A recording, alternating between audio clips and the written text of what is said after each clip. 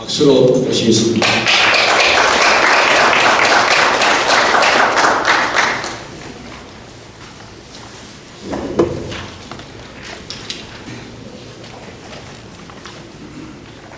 늘 이 땅의 교회와 사회, 이 나라의 지대한 관심과 애정을 품어오신 존경하는 많은 분들을 모시고 오늘 유서 깊은 광주 YMCA 무진관에서 2025 건강한 교회와 사회 첫 번째 포럼을 갖게 된 데 대해서 하나님께 감사와 영광을 올려드립니다.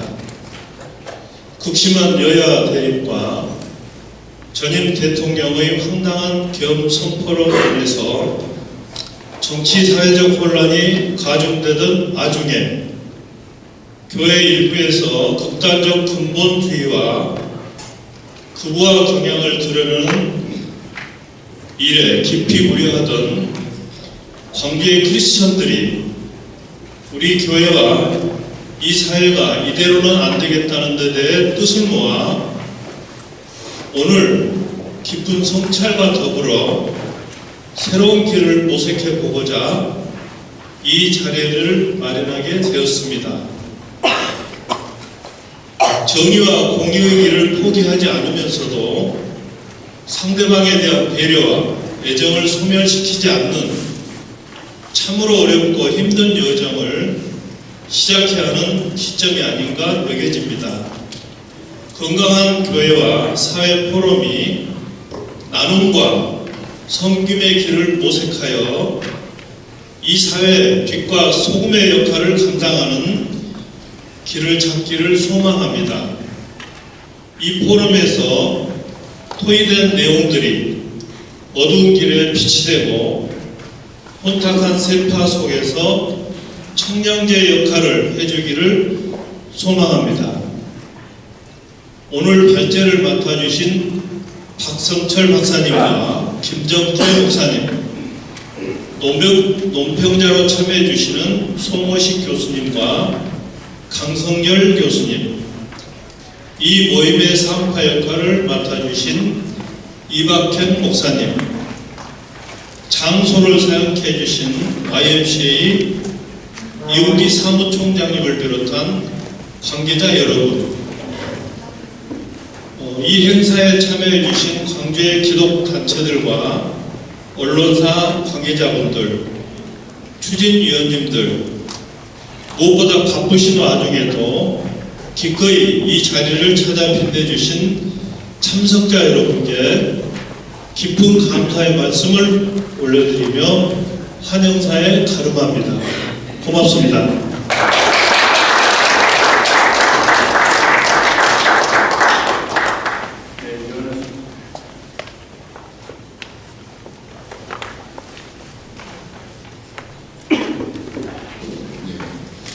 여름 기도를 홍남화 변사님께서 하실 텐데 전 5.18 기록관 간장하셨고 지금은 더 일부 공사 공동대표 정말 하나님을 위하여 하나님의 영광을 위하여서 전심하시는 권사님이십니다.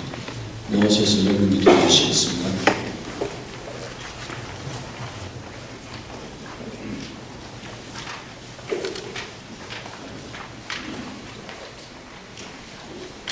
사랑과 장명의 하나님, 오늘 우리를 부르시고 교회와 사회를 위한 뜻깊은 걸음을 내딛게 하시니 감사합니다.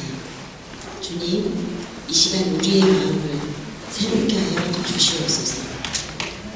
주님, 세상의 어둠과 분열 앞에서 우리가 주저하지 않게 하여 주시니 감사합니다. 진리의 사명을 굳게 붙잡고 서로를 존중하며 단대히 나아가게 하시니 감사합니다. 우리의 생각과 토론 위에 주님의 지혜와 평화가 충만하게 하여 주시옵소서. 오늘 우리가 깊이 다루려는 하나님의 정의와 기독인의 바람직한 국가관을 통해 극단이 아닌 진리의 길을, 두려움이 아닌 소망의 길을 선택하게 하실 줄 믿고 감사합니다. 주님, 우리 안에 살아계신 성령께서 일하시어 우리가 세상에 빛을 밝히는 작은 빛이 되게 하여 주실 줄 믿고 감사합니다. 우리를 세상의 소금과 빛으로 부르신 주님, 흔들림 없이 정의를 실천하게 하시고 겸손히 주님과 함께 걷게 하여 주시옵소서. 다툼 속에서도 사랑을 싣고 하나 되어 주님의 나라를 이루어가게 하실 줄 믿고 감사합니다.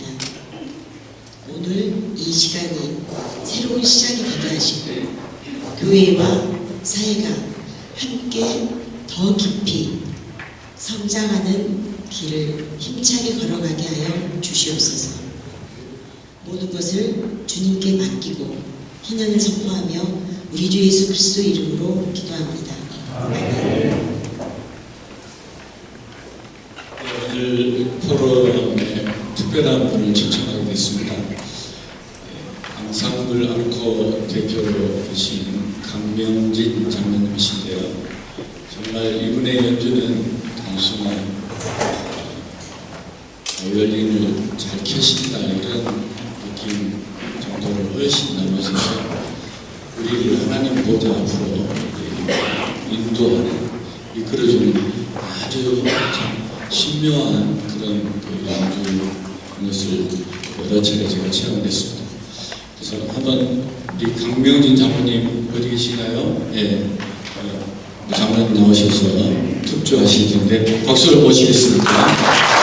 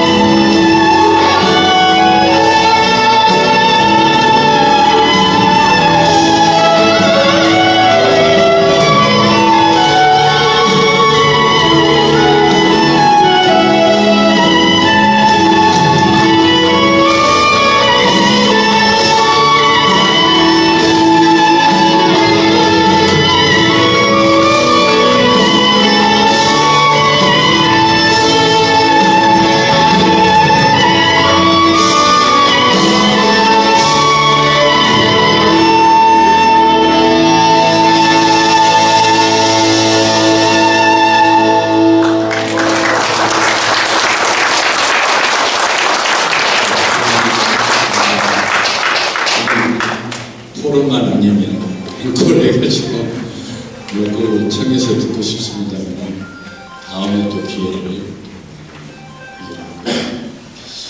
포럼에 또 들어가기 전에 이 자리를 다 여러분들이 빛내주고 계시지만은 특별히 저희들이 참 사랑하고 존경하는 몇몇 분들을 잠깐 소개해드리는 것이 예일 것 같습니다. 현재 YMCA 자문위원장으로 또 CBS 운영이사회 또 이사장으로 전에는 학교에 계실 때는 전남대학교 정예과에 오랫동안 노력하셨고 후학들을 정말 많이 전하시는 데 있으셨고 최영만 장관님 함께 하셨습니다. 잠깐 일어나신 우리 감사의 박수를 드리도록 하겠습니다.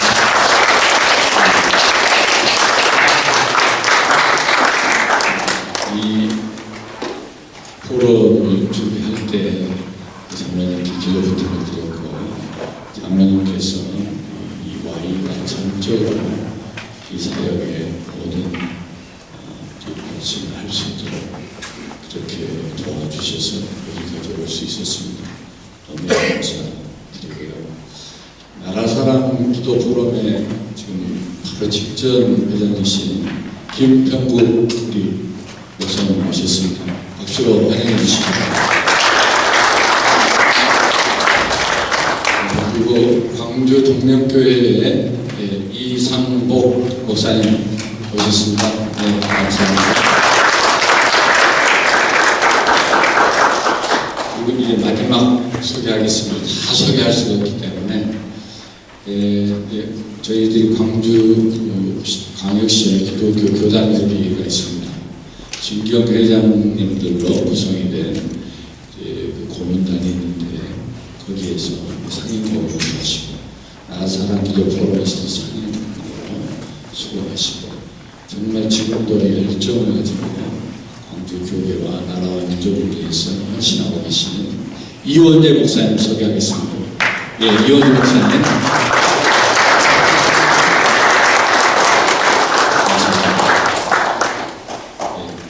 좀 서운하죠? 그러니까 옆에 계신 분 한번 서로 잘 오셨습니다. 인사 좀 하시고요. 예, 잘 오셨습니다. 좋은 시간입니다.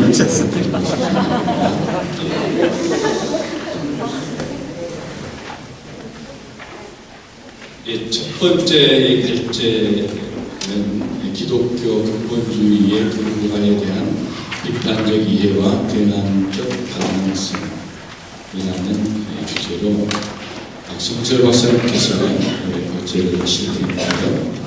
박성철 박사님은 총신대학과 총신신학대학원을 졸업하시고 한국에서 경희대학교 NGO 대학원에 시민사회학 석사를 마치시고 독일의 보언대학에서 신학 석사, 박사 학위를 취득을 하셨습니다. 이 연구 주제가 정치 신학입니다. 그래서 오늘 저희들이 크게 이렇게 생각하고 있는 그 포럼의 주제에 아주 준비가 잘 되어 계시는 귀한 박사님을 모시게 되어서 저희들도 영광을 생각합니다. 우리 박사님 나오셔서 이 단에 올라가셔서 앉아서 가르쳐 주시는 것이 어떨까 싶습니다. 우리 박사님 환영의 박수 드리겠습니다.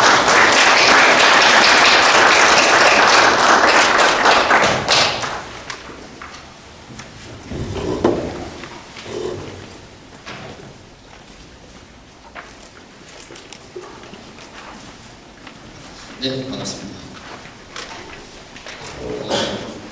요즘 이제 기독교 국어와 관련된 주제들에 대해서 특강을 하다 보면 안 가졌던 내용이 들 수밖에 없습니다. 사실 어제도 제가 이제 추강 경향과 이 기독교 국어와 관련해서 한 시간 정도 인터뷰를 했습니다. 추강 경향에서 다음 주에서 조기 대선을 맞이해서 특집 기사를 지금 준비하고 있는 것으로 알고 있습니다. 또 목요일에는 이제 한겨레 연구소와 함께 또 국어의 문제를 다룹니다. 그래서 포럼을 하게 되었는데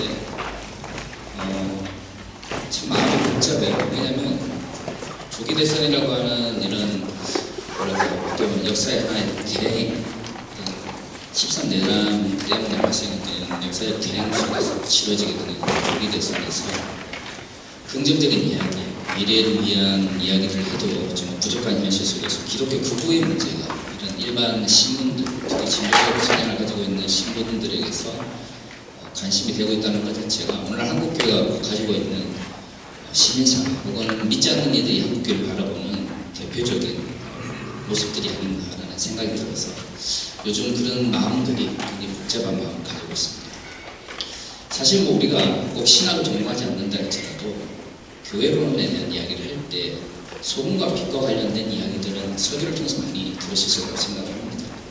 마태복음 5장 13절과 14절에 기록되어 있는 이 비유에서 많은 분들이 비유를 알고 계시지만 안타깝게도 이 비유를 잘 살펴보시면 하나님께 영광을 돌리는 주체는 그리스도인들이 아니라 그 본문을 잘 읽어보시면 너희의 착한 행실을 통해서 세상 사람들이 하나님께 영광을 돌리게 하라라고 되어 있습니다.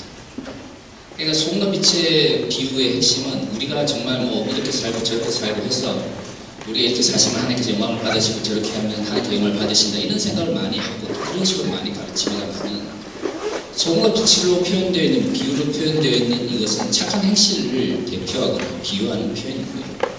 그리고 직접적으로 하나님께 영광을 돌리는 주체는 우리가 아니라 그리스도인들이 아니라 세상 사람들입니다. 그리고 소금에 비해서 잘 드러난 것처럼 그 소금이 그 맛을 잃게 되어서 버려지게 되면 결국 그 누구에 의해서 밟히게 되냐면 세상 사람들에 의해서 밟히게 됩니다. 이라는 의미에서 소금과 빛의 비유의 핵심은 우리의 착한 행실이 우리가 살아가는 이 세상 속에서, 하지만 이 사회 속에서 사회적 관계를 맺고 있는 사람들과 어떤 관계 속에서 그 착한 행실이 표현되어지는 것, 그리고 그러한 관계성 속에 이루어지는 착한 행실이 사람들에게 신뢰를 주지 못할 경우 그리스도인들, 특히 교회로 대표해지는 소금과 빛이 어떤 식으로 멸시를 당하느냐에 대한 이야기가 이 비유의 핵심인데요. 한국교회는 근본주의 성향이 또 강하고 또 스스로를 보수주의라고 이야기를 하지만 실질적으로는 근본주의 신앙에 기반하고 있는 분들이 많으셔가지고 이것을 사회적 관점 속에서 해석하기보다는 그저 개인적 관점 속에서 혹은 사적 영역에서의 문제로 사적인 도덕적 문제로만 제한하는 경향이 있는데 이러한 성서 해석들이 어떻게 보면 한국교회의 성경에 대한 왜곡된 인식들을 심한다고 볼 수가 있는 것이죠. 이런 관점에서 보면 사회적 집단으로서 교회는 교회 예수의 가르침을 따라 실천적 삶을 통해서 형성되어지는 사회적 신뢰를 통해서 하나님께 영광을 돌리게 됩니다. 동시에 그 사회적 신뢰를 상실하게 되었을 때에 사회적으로 멸시를 받고 하나님 나라의 가치를 선포할 수 없게 되는 것이죠. 바로 이런 측면에서 한국교회는 거대한 신뢰 위기에 지금 직면해 있습니다. 그리고 그 위기의 중심에 기독교 근본주의 세력과 극우정치 세력이 자리 잡고 있는 것이죠. 2024년 12월 3일 비상경으로 시작된 내란 사태는 윤석열 대통령에 대한 탄핵 정부로 급속하게 전환되었고 2025년 4월 4일 헌법재판소는 윤석열 대통령의 파면을 결정하였습니다. 하지만 정말 안타까운 현실은 제 개인적인 입장에서 이 전환기에 그리고 이 혼란기에 기독교 극우 세력이 한국 사회의 혼란을 가져낸다고 하는 점입니다.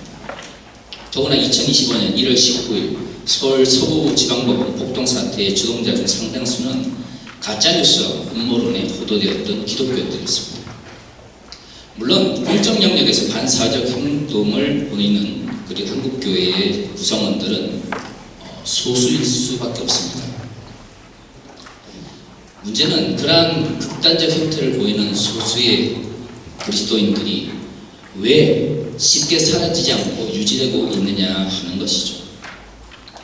그것은 외형적으로 직접적으로 정치 세력화를 하고 있지는 않고 혹은 정치적 이야기를 하고 있지는 않지만 뒤에서 이런 극단적 행위를 하는 이들을 지원하고 또 지지하고 있는 근본적인 대형 교회들의 지원, 직접적인 혹은 간접적인 지원이 있기 때문입니다. 한국교회의 몰락, 양적인 측면에서의 몰락 현상은 어느 누구도 부인할 수 없는 사실입니다. 80년대 말, 90년대 초까지만 하더라도 23%에서 25% 정도가 기독교인이라고 이야기를 했지만 작년에 우리나라 종교 통계를 보신 분들은 개신교 인구가 12에서 13% 정도밖에 되지 않는다는 것을 아실 겁니다. 30년 동안 거의 절반으로 줄어드는 것이죠. 한국 교회에는 60% 이상이 여성입니다. 교회가 줄어들고 있다고 하는 것은 여성들이 나이가 들고 있는데 비해서 젊은 여성들이 교회로 유입되고 있지 않다는 것을 의미합니다. 사회적 변화에 한국 교회가 제대로 적응하지 못했고요. 가부장적인 인식이나 권위주의적인 것을 벗어내지 못함으로써 한국 교회가 급속한 몰락의 현상을 들게 되고 있는 것이죠. 물론 양적 측면에서의 몰락이 전부는 아닐 수 있습니다. 그러나 한 가지 확실한 것은 지금 현재 한국교회 몰락은 양적 측면에서의 급속한 몰락뿐만 아니라 사회적 신뢰를 상실하고 있다고 하는 측면에서 지금 우리는 진정한 위기에 있다고 말할 수 있을 것입니다. 저는 개인적으로 앞으로 10년 후면 지금 대형교회를 지지하고 있는 11조 내고 헌금 내고 봉사 열심히 했었던 60대 중후반 그리고 70대 초중반 계층들이 급속하게 경제의 능력을 상실할 것으로 보입니다. 과거 80년대 한국교회가 서구교회를 보면서 교회 건물은 있는데 사람들이 모이지 않는다고 비난하고 조롱을 했었지만 저는 앞으로 10년 후가 되면 한국교회가 그와 비슷한 형태로 따라가지 않을까라는 생각을 하고 있습니다. 문제는 이것은 한국교회가 사회적 신뢰를 상실했기 때문인데요. 그럼 왜 소수의 기독교인들이 과잉 대표하여 기독교의 전부인 것처럼 이야기되어지고 있는데 세상 사람들은 이것을 구별하지 못하나요? 우리가 기억해야 되는 것은 시민사회 영역의 기독교에 대한 부정적 평가는 교계 내의 서로 다른 내부적 흐름, 다시 말해서 구구나 보수 혹은 보수나 진보와 같은 과거에 우리가 이념적으로 명확하게 구분했던 이러한 방식으로 교회를 평가하지 않기 때문입니다. 교회가 소수의 구구들이 공적 영역에서 과잉 대표한다 할지라도 교회에 대한 이미지는 그것을 통해서 시민사회 영역에 의해서 형성되어지고요. 믿지 않는 이들과 시민사회 영역의 사람들은 그러한 공적 영역에서 구구적 행동을 하는 이들이 교회의 전부다라고 생각하는 경우가 많습니다. 그리고 그것은 지금 이제 크게 변하지 않고 있습니다. 그렇게 이제 한국교회는 근본주의의 그거에 대한 그 비판적 이해를 통해서 미래에 대한 대안적 방향을 추구해야 됩니다. 그래서 이제 오늘 제가 하려고 하는 것은 주어진 시간이 제한되었기 때문에 모든 문제를 다 다루려고 하는 것이 아니고요. 한국교회의 근본주의 기독교가 극화되고 있는 이 문제를 어떤 식으로 인식론적으로 접근할 것인가, 그리고 기본적인 방향을 어떻게 할 것인가에 대한 제안을 하려고 합니다. 왜냐하면 구체적인 방향을 우리가 내어놓으려면 어떤 방향으로 나아가야 되는지에 대해서 먼저 생각을 해야 하는 것이죠. 위르그맨 몰트만 교수가 정치신학, 정치윤리라고 하는 책에서 기독교 정치윤리를 이야기할 때에 정치신학에 기반한 기독교적 정치윤리를 이야기했습니다. 그리고 정치신학이란 성서에 대한 정치적 이해 혹은 성서 속에 있는 정치적인 것에 대한 신학적 이해를 기반으로 성서를 바라봐야 된다고 이야기를 했습니다. 정치윤리를 이야기한다고 해서 특정 정당이나 특정 정치인을 지지하거나 아니면 반대하라는 것이 아니라 교회가 공적 영역에서 사회적 문제나 정치 문제가 발생했을 때 어떤 가치 체계를 가지고 바라봐야 되는지에 대하여 한국 교회가 먼저 정립을 하고 이러한 기반 위에서 개인의 자유적 선택에 따라서 정치적 지향이나 정당에 대한 선택을 맡기는 것이 지금 우리에게 보다 현실적인 것이죠. 그러나 지금 한국교회에서 과연 기독교 정치윤리에 대해서 이야기할 때 어느 누구도 그 방향성에 대해서 말을 하는 사람들이 없습니다. 왜 그러냐면 한 번도 한국교회가 공론화의 과정을 거치면서 기독교 윤리나 정치신학의 문제를 다루지 않았기 때문입니다. 오늘 한국교회의 가장 문제가 되고 있는 근본주의는 강의 안에도 있는 것처럼 종교적 신앙, 도덕적 이념, 정치적 신념, 이데올로기적 강령의 뿌리를 수호하고 방어하려는 태도를 내포하고 있습니다. 사실 이러한 태도는 기독교뿐만 아니라 거의 모든 종교에 존재한다고 볼 수 있는 것이죠. 이러한 측면에서 이슬람 원리주의나 기독교 근본주의는 외형적으로 나타나는 현상은 다를지 모르겠지만 움직이는 내적 기제는 동일한 것이다라고 볼 수가 있습니다. 하지만 오늘날 한국교회에서 근본주의라고 혹은 기독교 근본주의라고 부르는 것은 19세기 말 유럽의 자유주의 개신교 혹은 자유주의 신학에 대한 반발로서 형성되었던 미국의 보수적 신앙운동을 일컫는 것입니다. 일반적으로 근본주의는 신앙적 순수성에 집착을 하면서 배타적이고 고립적인 특성을 나타내면서 개토하는 현상을 봅니다. 이 경우 자신들이 지키려고 하는 종교적 가치를 보수하기 위해서 집단 내에서 반사회적이고 반사회적 종교적 규범이나 비윤리적인 규칙을 강요하고 심각한 사회적 문제를 일으키기도 하죠. 그러나 일반적인 형태의 이 근본주의는 개토화 성격이 강하기 때문에 직접적으로 사회적 문제를 나타내는 경우는 잘 없습니다. 그런데 이것은 우리가 일반적으로 알고 있는 신학적 의미의 근본주의에 대한 연구라고 할 수 있죠. 한국교회에서는 일반적으로 근본주의, 그러면 이러한 신학적 의미의 근본주의에 대한 연구가 굉장히 강합니다. 안타까운 것은 근본주의는 단순한 종교 내에서의 하나의 신앙운동이 아니라 사회적 측면에서 얼마든지 왜곡된 사회적 현상과 결합해서 부정적 영향력을 나타내는 측면을 가지고 있다고 하는 것입니다. 그래서 근본주의에 대한 연구는 신학적 접근뿐만 아니라 사회학적 혹은 종교사회학적인 연구가 반드시 필요합니다. 오늘 제가 다루려고 하는 것은 신학적 의미의 근본주의에 대한 신학적 분석이라기보다는 사회학적인, 조금 더 정확하게 얘기하면 종교사회학적인 의미에서의 근본주의에 대한 분석을 함께 나누려고 합니다. 우리 한국교회에서 가장 영향을 미치고 있는 미국의 근본주의라고 하는 것은 19세기 말 세대주의적 전천년설에 기초한 보수적인 개신교 운동을 기초를 하고 있습니다. 이 운동은 19세기에 유럽, 특히 독일을 중심으로 비평신학, 비평주의가 발전하게 되면서 자유주의 신학이 발전하게 되죠. 자유주의 신학은 다양한 방향성을 가지고 있지만 자유주의 신학의 가장 큰 핵심을 규정하려면 도덕적 체계 혹은 윤리적 체계로 구성되어 있는 하나님 나라라고 하는 개념을 아마 일반적으로 자유주의 신학의 핵심으로 규정할 수 있을 것입니다. 그렇기 때문에 사회적 실천적 문제라든가 사회적인 참여의 문제를 적극적으로 이야기를 했고, 이러한 기반 위에서 유럽의 자유주의 신학 혹은 자유주의 개신교가 한 100여 년 정도 활발하게 진행이 되었습니다. 문제는 이러한 변화들 속에서 단순히 신학적 거부감이 아니라 19세기 유럽 사회의 급진적인 산업화 과정 속에서 나타나고 있는 사회적 문제에 대한 거부감이 미국의 근본주의 성장에 큰 영향력을 미쳤다고 하는 것입니다. 그래서 미국에서 발전했던 근본주의는 훨씬 더 문자주의적 성향이 강하고요. 또한 19세기 문화에 대한 부정적인 인식이 더 강합니다. 그리고 19세기 문화에서 가장 중요한 유럽 사회의 변화는 산업 사회의 변화이기 때문에 도시화라든가 아니면 이후에 이제 다루게 될 제2차 산업혁명과 같은 기술혁명에 대한 굉장히 부정적 인식들이 미국의 근본주의에 강한 토대를 형성하고 있다고 볼 수 있는 것이죠. 그러다가 이제 새로운 세기가 등장하게 되면서 일시적으로 미국 내에서 근본주의 운동이 약화되어지다가 1910년에서 15년 사이에 프린스턴 대학교를 중심으로 발견되어진 잡지라고 하나, 이 잡지 근본이라고 하는 잡지를 통해서 새로운 게 소위 말하는 신근본주의 운동이 발생하게 됩니다. 우리나라에 가장 영향을 많이 미쳤던 근본주의 운동은 1910년대부터 본격적으로 등장했던 소위 신근본주의 운동이다라고 볼 수가 있는 것이죠. 이러한 새로운 형태의 근본주의 부상은 앞에서 말씀드린 것처럼 제2차 산업혁명과 제1차 세계대전과 같은 급격한 사회적 변화의 영향을 받았습니다.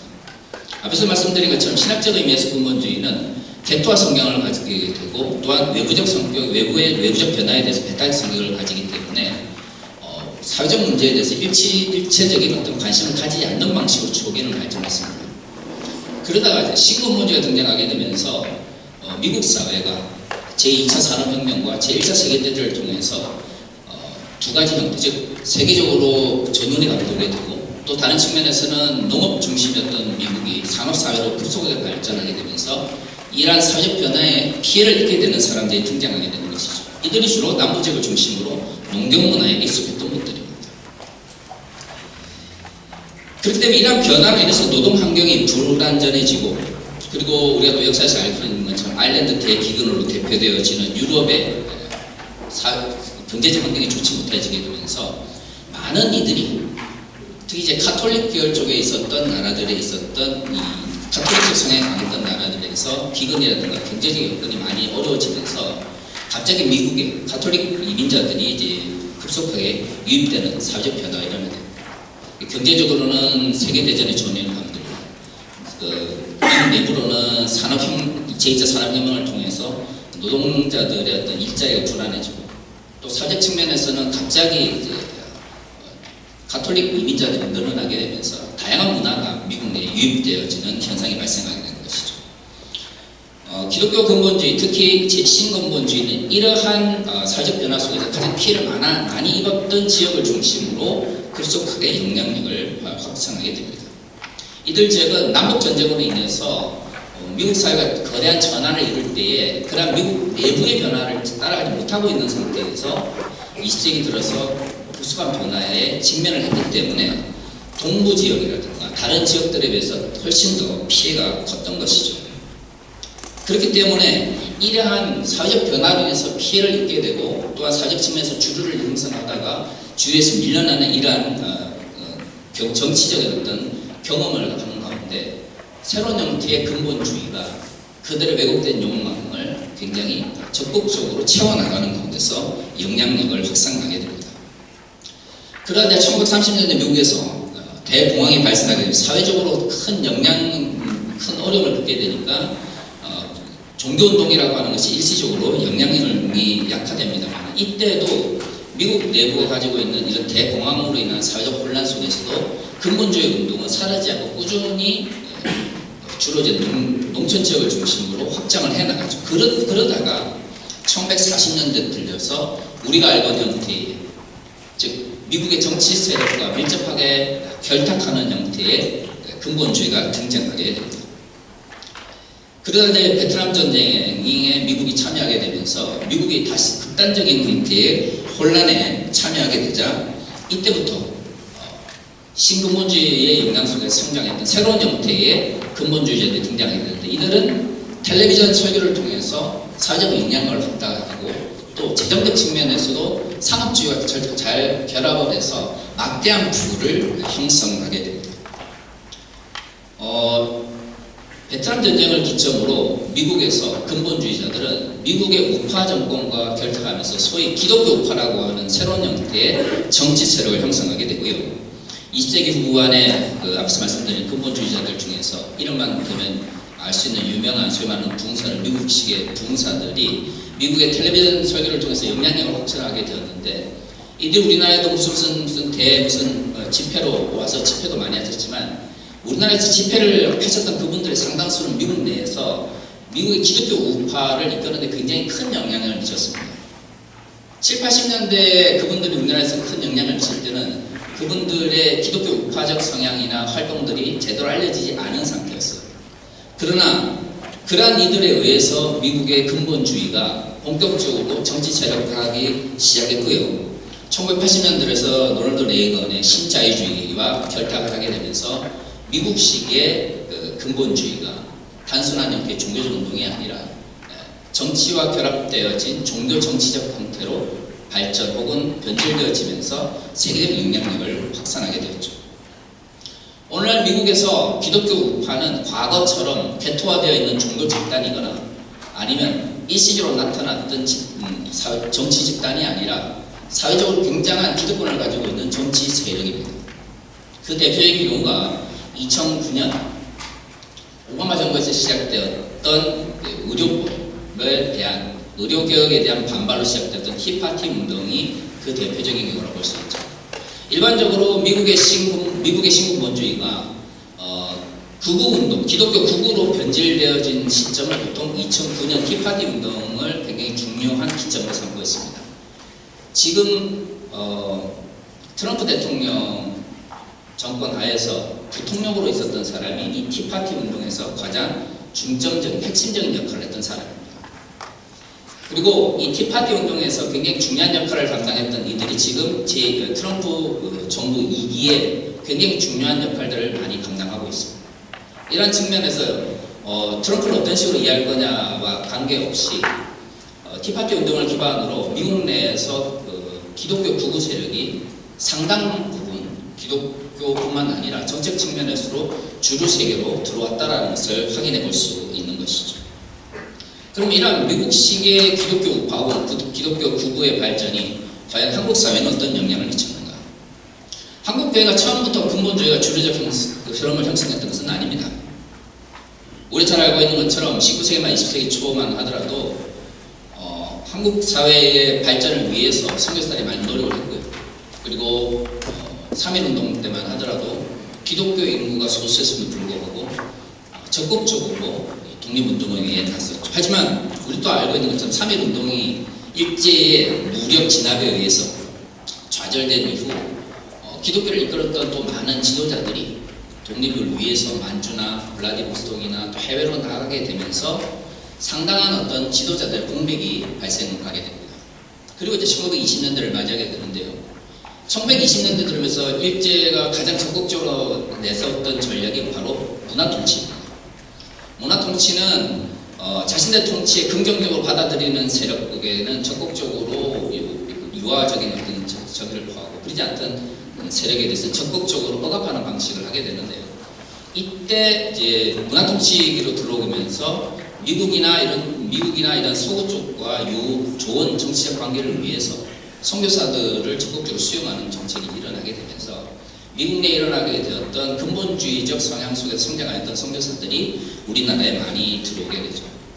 이때부터 1920년대부터 보통 이제 우리가 잘 알고 1930년대 신사참배 운동이 일어나기까지 한 10년에서 15년 정도 사이에 이런 근본주의적 성향을 가졌던 선교사들이 한국 교회에 들어와서 굉장히 많은 영향력을 미치게 됩니다. 배덕만 교수님께서 과거에 쓰신 책을 보니까 1920년대와 30년대에 한국 신학교육 내용을 분석한 걸 제가 봤는데 20년대와 30년대 특히 한국의 신학교육에서 근본주의적인 내용들이 많이 가르쳐졌다라고 이야기를 하셨습니다. 이게 단순히 20년대, 30년대 우연히 그렇게 된 것이 아니라 일본의 문화통치 정책과 함께 미국 내에서 일어났던 신근본주의의 영향을 받았던 선교사들이 우리나라에 많이 들어오게 되면서 그들이 교육받은 대로 또 그들이 교회 주류적 혹은 엘리트로서 작용을 하게 되면서 본격적으로 지금 한국 사회에, 한국 교회에 근본주의가 점점 주류를 형성하게 되었던 것이죠. 그러다가 이제 해방 후에 이승만 정권에 들어서게 됩니다. 이승만은 스스로를 기독교인이라고 하는 강한 자기 정체성 속에서 있었지만 문제는 그 강력한 형태의 기독교인이라는 자기 정체성이 오히려 독재를 정당화하는 방식으로 왜곡되어진 인식을 가지고 있었어요. 더구나 한국 전쟁 때 그는 제대로 된 반응을 하지 못한 상태에서 해방 이후 이 군정의 힘으로 정권을 잡았기 때문에 자신의 부족한 정치적 정당성을 정당화하기 위해서 두 가지를 굉장히 강력하게 밀고 나가야 됩니다. 하나는 친기독교 정책이고요. 다른 하나는 반공주의인 것이죠. 오늘날 한국교회를 이루고 있는 두 가지 방식, 반공주의와 독재 혹은 권위주의 정권이라고 하는 두 가지 방식은 이미 한국전쟁 이후에 이승만 정권에서부터 그 모습이 드러나게 됩니다. 문제는 한국교회는 군국주의 시대부터 군국주의적 권위주의에 굉장히 익숙한 방식으로 성장을 했습니다. 문화통치기가 끝나고 민족 막살정책이 시작되어지지만 이때에도 일제 적극적으로 협력했던 교회들은 살아남았고요. 신사참배를 반대하면서 저항했던 교회들은 어려움을 겪으면서 거의 몰락의 길에 들어가게 된 것이죠.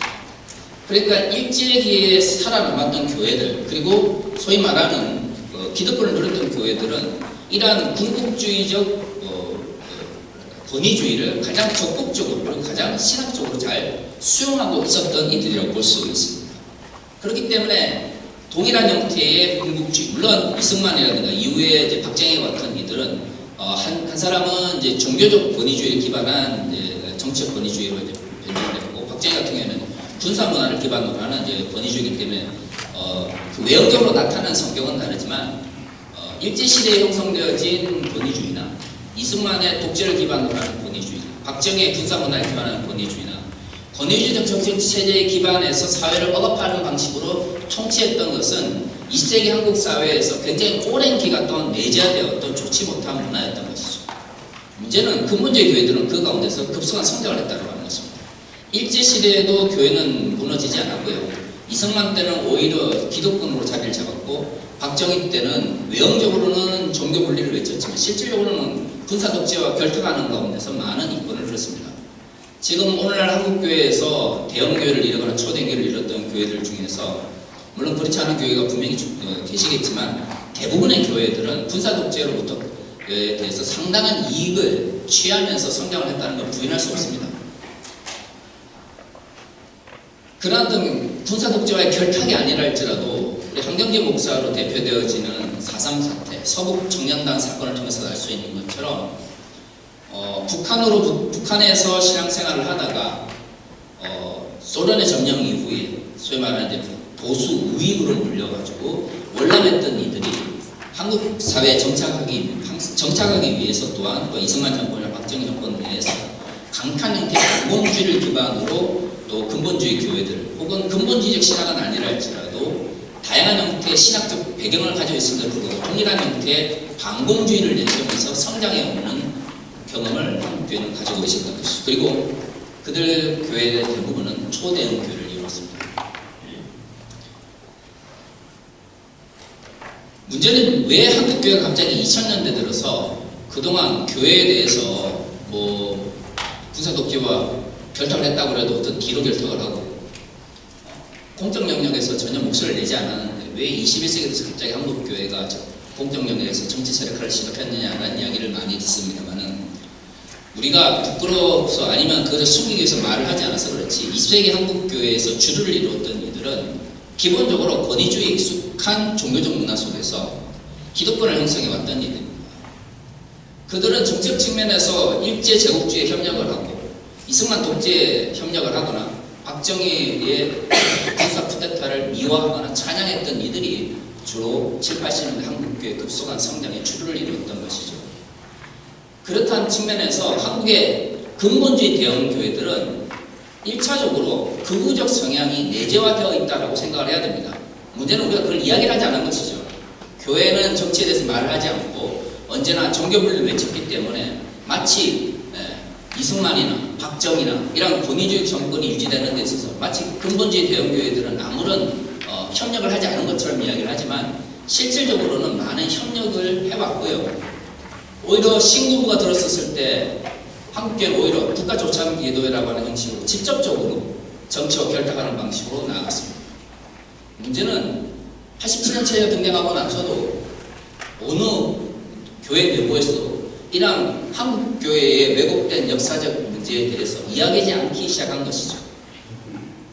분명한 부부적 성향을 가지고 권위주의 성향을 가지고 독재적 성향을 가지고 있었던 주류적인 흐름을 형성해와서 지금까지 왔는데 87년에 등장 이후 과거는 덮어두자는 식으로 어느 누구도 그에 이해를 하지 않으니까 교회가 마치 권위주의 정치 체제 속에서 정말로 정치에 중립적인 혹은 종교 분리를 외친 것처럼 지킨 것처럼 여겨졌던 것이죠. 하지만 90년대를 지나게 되면서 과거 군사 독재의 비호 아래에서 성장했던 교회들은 굉장한 어려움을 겪게 됩니다.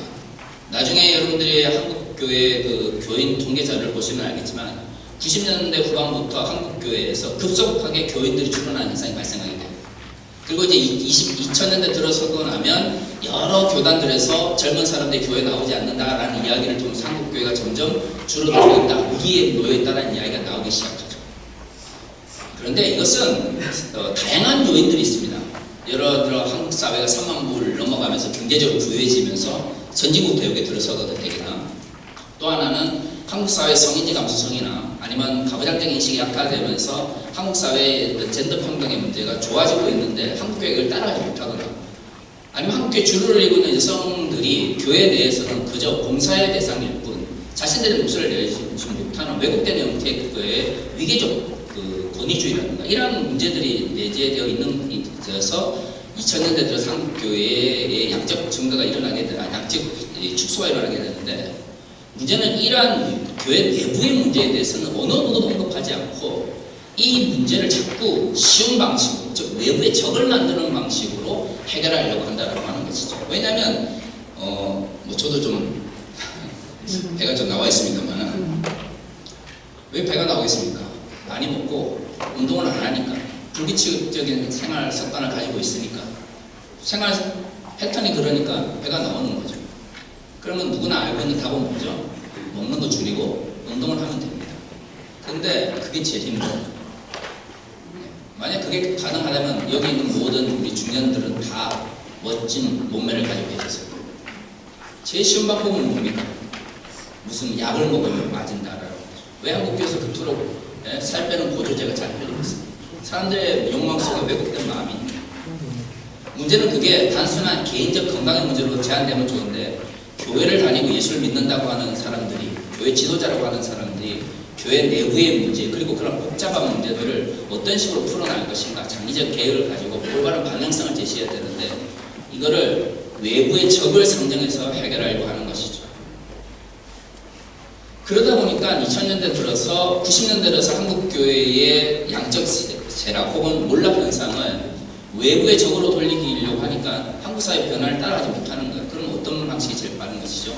스스로 정치 세력화해서 기득권을 지키거나 정치 세력화해서 자신들의 세력에 덤벼들지 못하고 있는 특정한 집단들을 악마화하는 방식이 있는 것이죠. 그것이 대표적인 것이 뉴라이트로 대표되는 역사 왜곡의 문제로 나타나게 됩니다. 그리고 뉴라이트는 단순한 역사 문제나 역사 논쟁으로 끝나지 않고 2017년 박근혜 대통령 탄핵을 기반으로 공적 영역에서 정치적 목소리를 내기 시작한 것이죠. 하지만 이러한 변화는 이미 이명박 대통령이 등장했을 때 장로 대통령이라는 명목하에서 뉴라이트가 적극적으로 이명박 대통령의 이런 그 대선 행보에 함께하면서 정치 세력화했을 때 이미 나타났었습니다. 2020년 코로나 사태 이후부터 달라진 것이 있다면, 과거에는 정치 지도자나 정치 세력을 직접적으로 지원하는 방식으로 나아가다가 코로나 사태 이후부터는 음모론이나 가짜뉴스와 같은 그런 새로운 방식을 가지고 공적 영역에서 선동의 정치를 하고 있다고 하는 것이죠. 그리고 선동은 기본적으로 사회적 약자들에 대한 혐오와 편견을 부추기는 방식으로 나가고 있는 것이죠. 그렇기 때문에 저는 예를 들어 지금 정광훈 씨가 경찰 수사를 받고 있고 손원보 목사와 같은 이들이 지금 일시적으로 활동을 줄이고 있다고 해서, 그럼 과연 지금 현재 그런 스피커들이 법적 처벌을 받고 그러면 비판을 받으면 이런 기독교 극우화의 문제가 사라질 것인가 라고 질문을 한다면 저는 결코 그렇지 않다고 생각합니다. 우리가 기독교 극우화의 문제를 이야기할 때는 한국의 근본주의적 성향에 기반하고 있는 대형 교회들에 오히려 더 집중을 해야 되고요. 이들이 어떤 정치적 메시지를 보내는가에 더 집중을 해야 됩니다. 제 강의 안에는 없지만 한국 교회가 가지고 있는 이런 근본주의 대형 교회들의 문제를 앞으로 이제 우리가 고민해야 될 것은 그들이 직접적으로 정치적인 목소리를 내는 것이 아니라 이들이 왜곡된 형태의 정치적 문화를 만들어가는 것에 대해서 더 집중을 해야 된다고 생각을 하는 것이, 어느 손원보 목사만 하더라도 코로나로 인해서 대면 예배에 대한 거부가 생기기 전까지만 하더라도 직접적으로 정치적 목소리를 내던 사람이 아니었습니다. 그 말은 근본주의가 가지고 있는 왜곡된 형태의 신앙의 특징들이 본회주의 체제라든가 아니면 제가 즐겨 사용하는 표현을 기독교 파시즘과 같은 이런 본회주의 통치 체제와 굉장히 잘 결합하는 성격을 가지고 있기 때문에 우리가 좀 더 넓은 의미에서 기독교 극우화의 문제를 왜곡된 정치의식을 가지고 있는 근본주의 대형교회들의 문제까지 확장하고 그들의 직간접적인 지원의 문제를 우리가 생각하지 않는다면 이러한 그 문제는 반복해서 나타날 수밖에 없습니다. 많은 분들이 그런 이야기를 물어보시더라고요. 아니 기독교 근본주의는 그 이전부터 돼 있었고 극우와 뉴라이트라고 하는 것도 2000년대부터 존재를 했는데 왜 갑자기 윤석열 정권 들어서 이러한 문제들이 심화되었습니까? 라고 이야기를 하는데 제 강의의 이제 핵심 주제가 아니기 때문에 뺐습니다만은 기독교 파시즘은 기본적으로 한 방향에서만 나타나지 않습니다. 다시 말해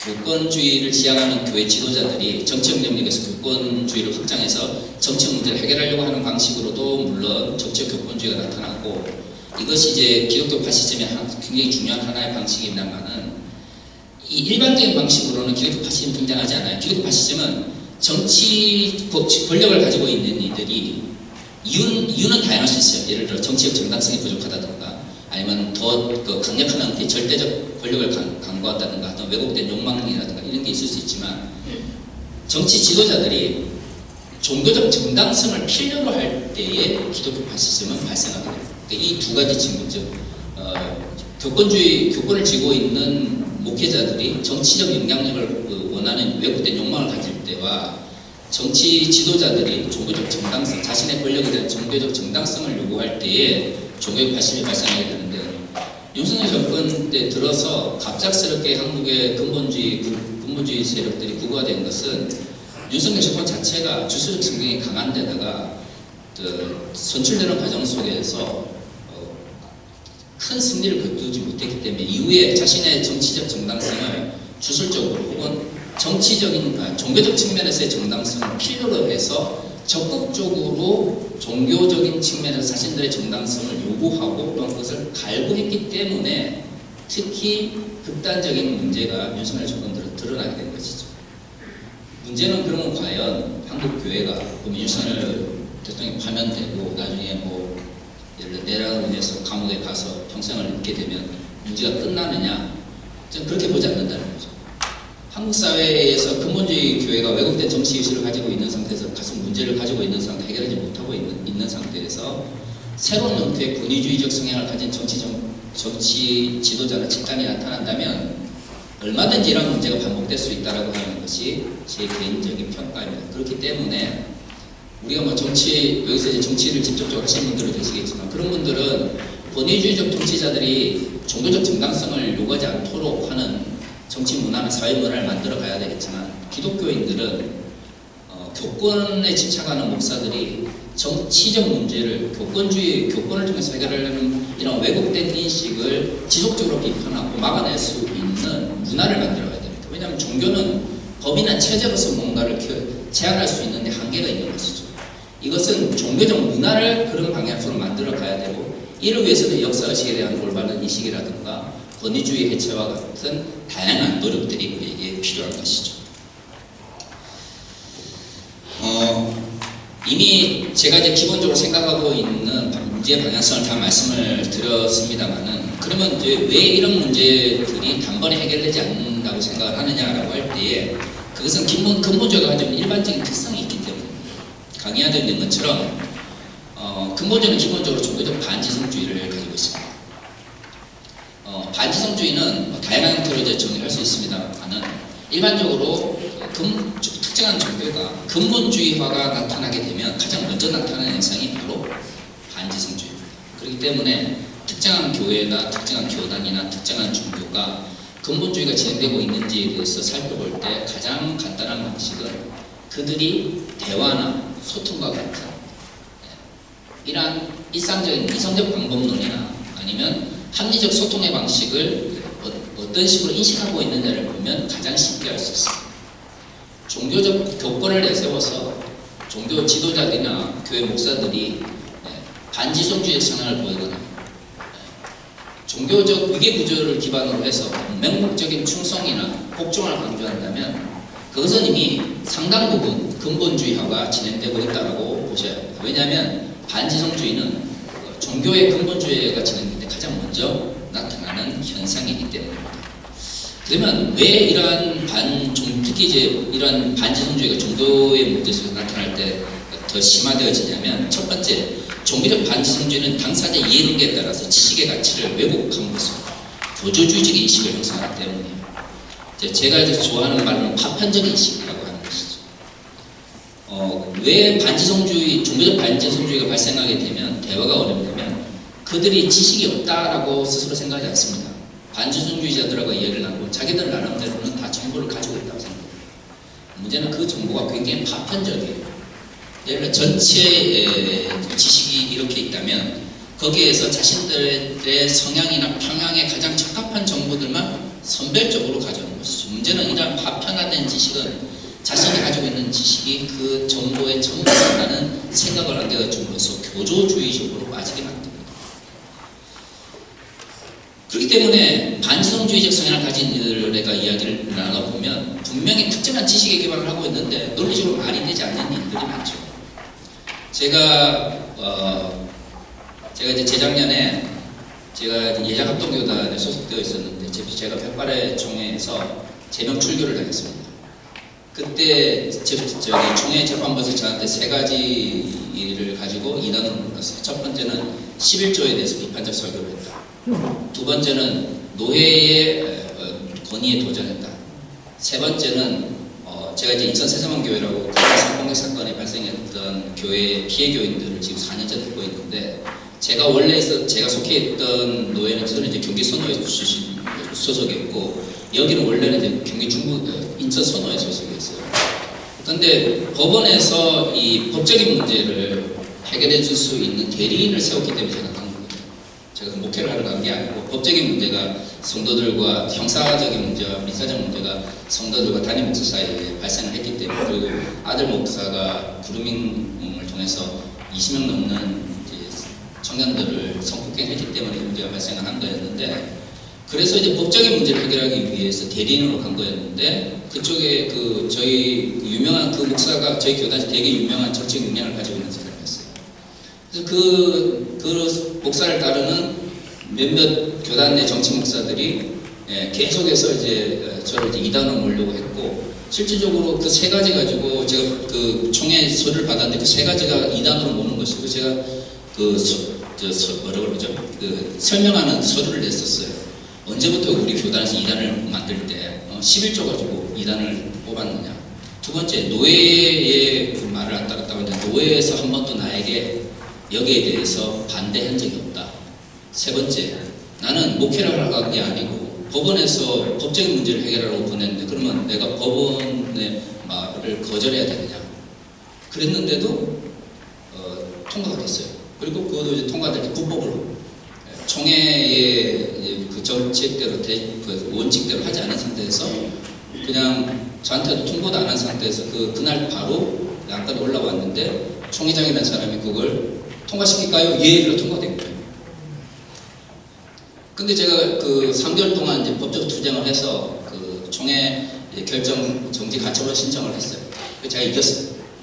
그래서 이제 총회에다가 내가 법적으로 이겼으니까 이게 다시 회복시켜 달라고 그랬더니, 총회에다 전화를 했더니, 총회는 목사는 노예 소속이니까 노예다 이야기를 하고, 노예다 이야기를 했더니 총회 재판부에서 잘랐는데 왜 우리한테 손을 내미냐고.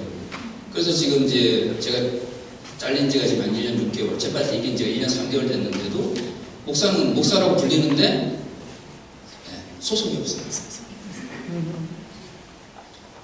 한국교회가 좀 그렇습니다.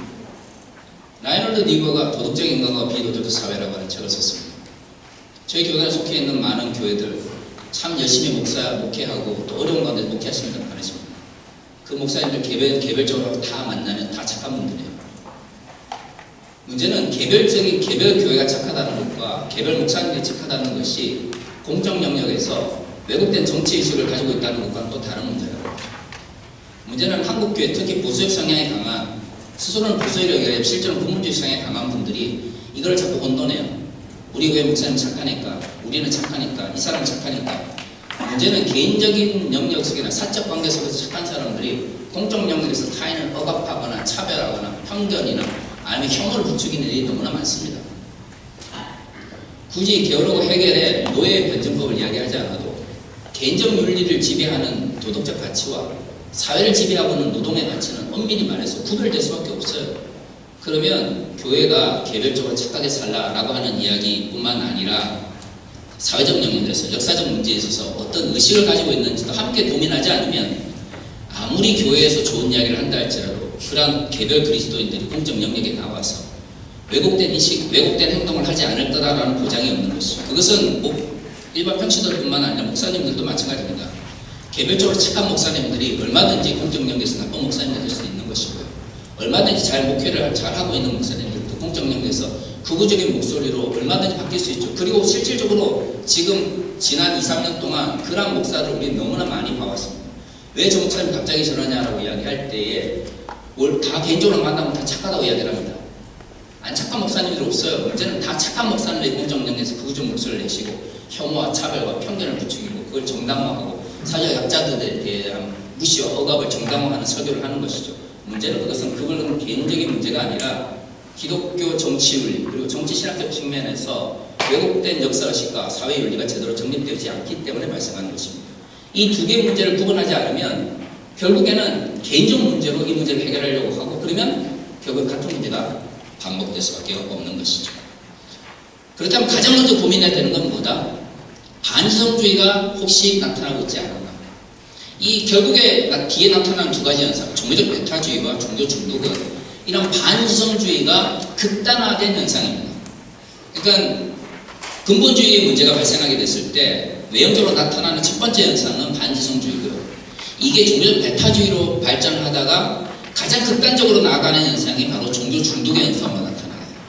종교 중독은 두 가지 경향을 가지고 있는데, 첫 번째는 보통 종교적 재래, 우리가 예배라고 하는 종교적 재래에 대한 집착으로 표현되어지다가 이게 종교 집단, 즉 교회에 대한 집착으로 발전해지고, 궁극적으로 종교 중독은 종교 지도자에 대한 집착으로 나가게 되면서 종교 지도자의 권력 중독을 강하면서 성도가 아니라 추종자로 왜곡시키는 현상이 나타나게 됩니다. 우리가 이제 공적연대에서 나타나고 있는 태극기 부대라고 하는 구구 기독교들이 나타나는 현상이 바로 이 종교 중독의 문제예요. 근데 솔직히 저도 종교 중독 문제 때문에 굉장히 오랫동안 노력을 하고 있지만 종교 중독에 빠지신 분들을 다시금 회복시키는 게 쉽지가 않습니다.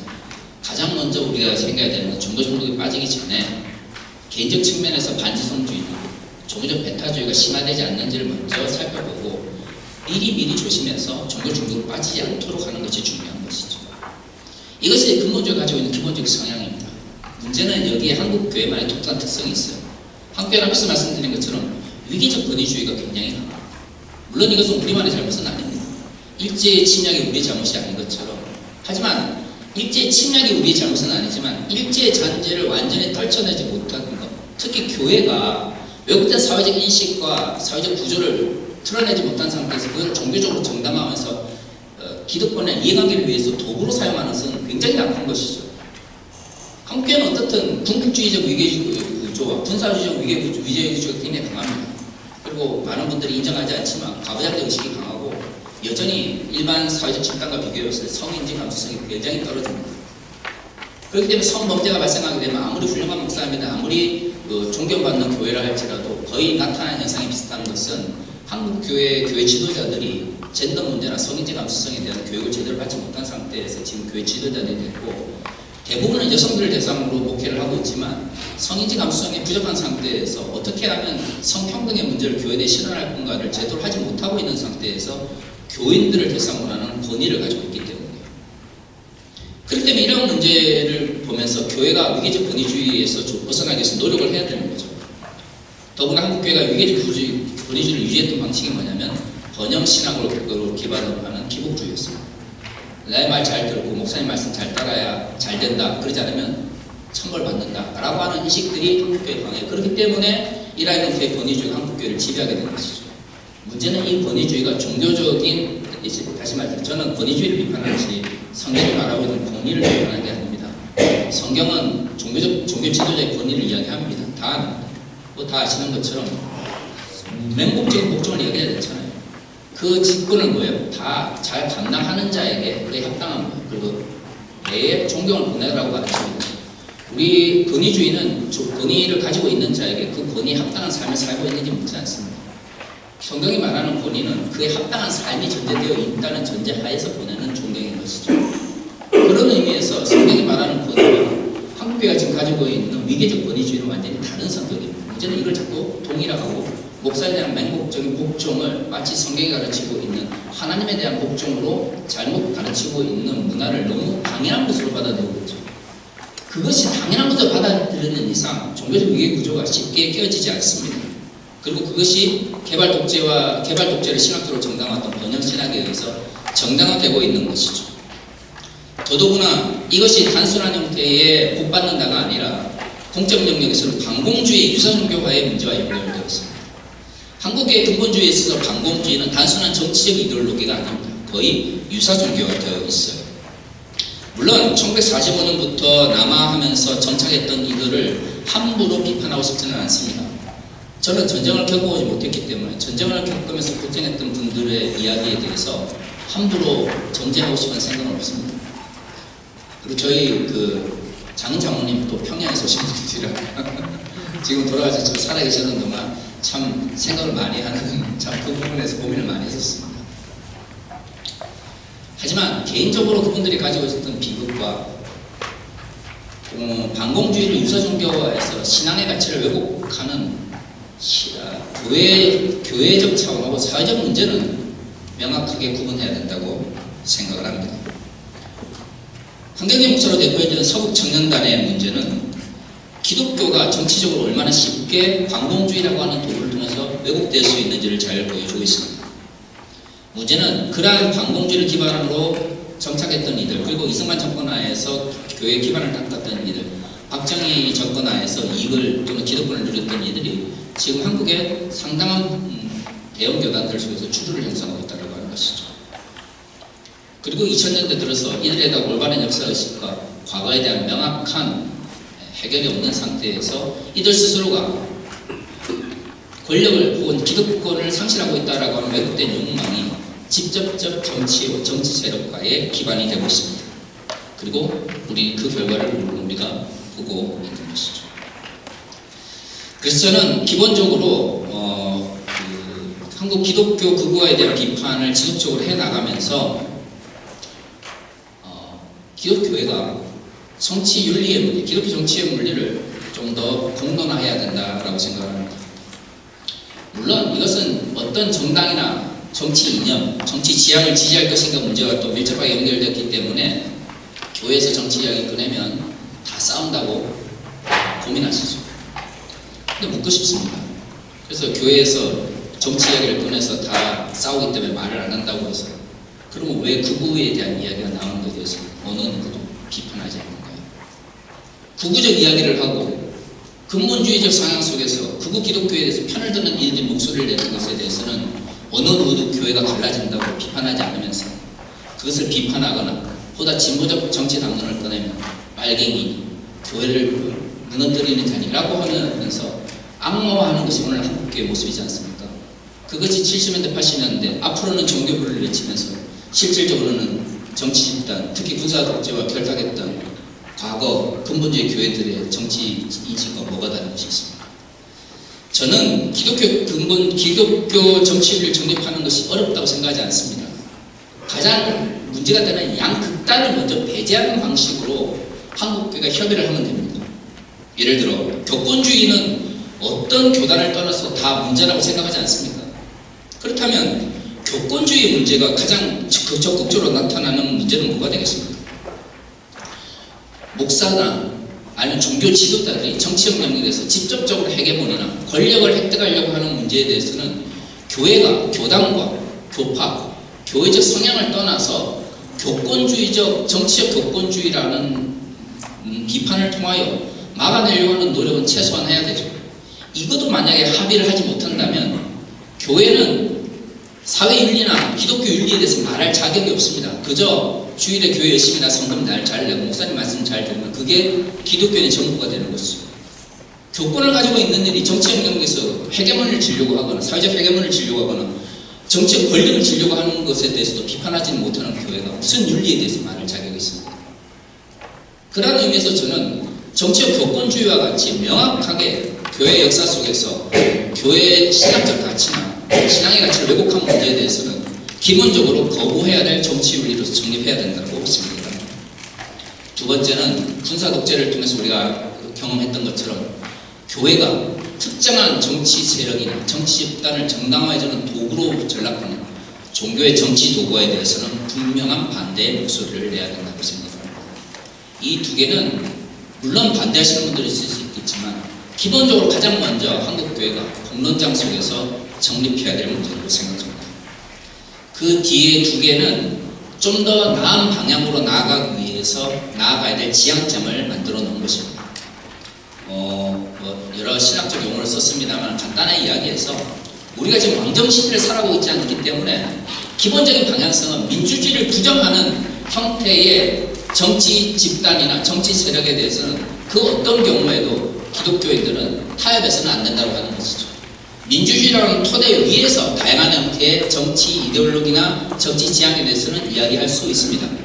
그러나 기본적으로 민주적 다양성을 부정하는 세력에 대해서 교회가 중립이나 정치적인 중립성이라는 명목으로 내세우는 것은 독재가 들어섰을 때 거기에 대하여 침묵하면서 함께하였던 나치 시대 독일 교회와 크게 다르지 않을 것입니다.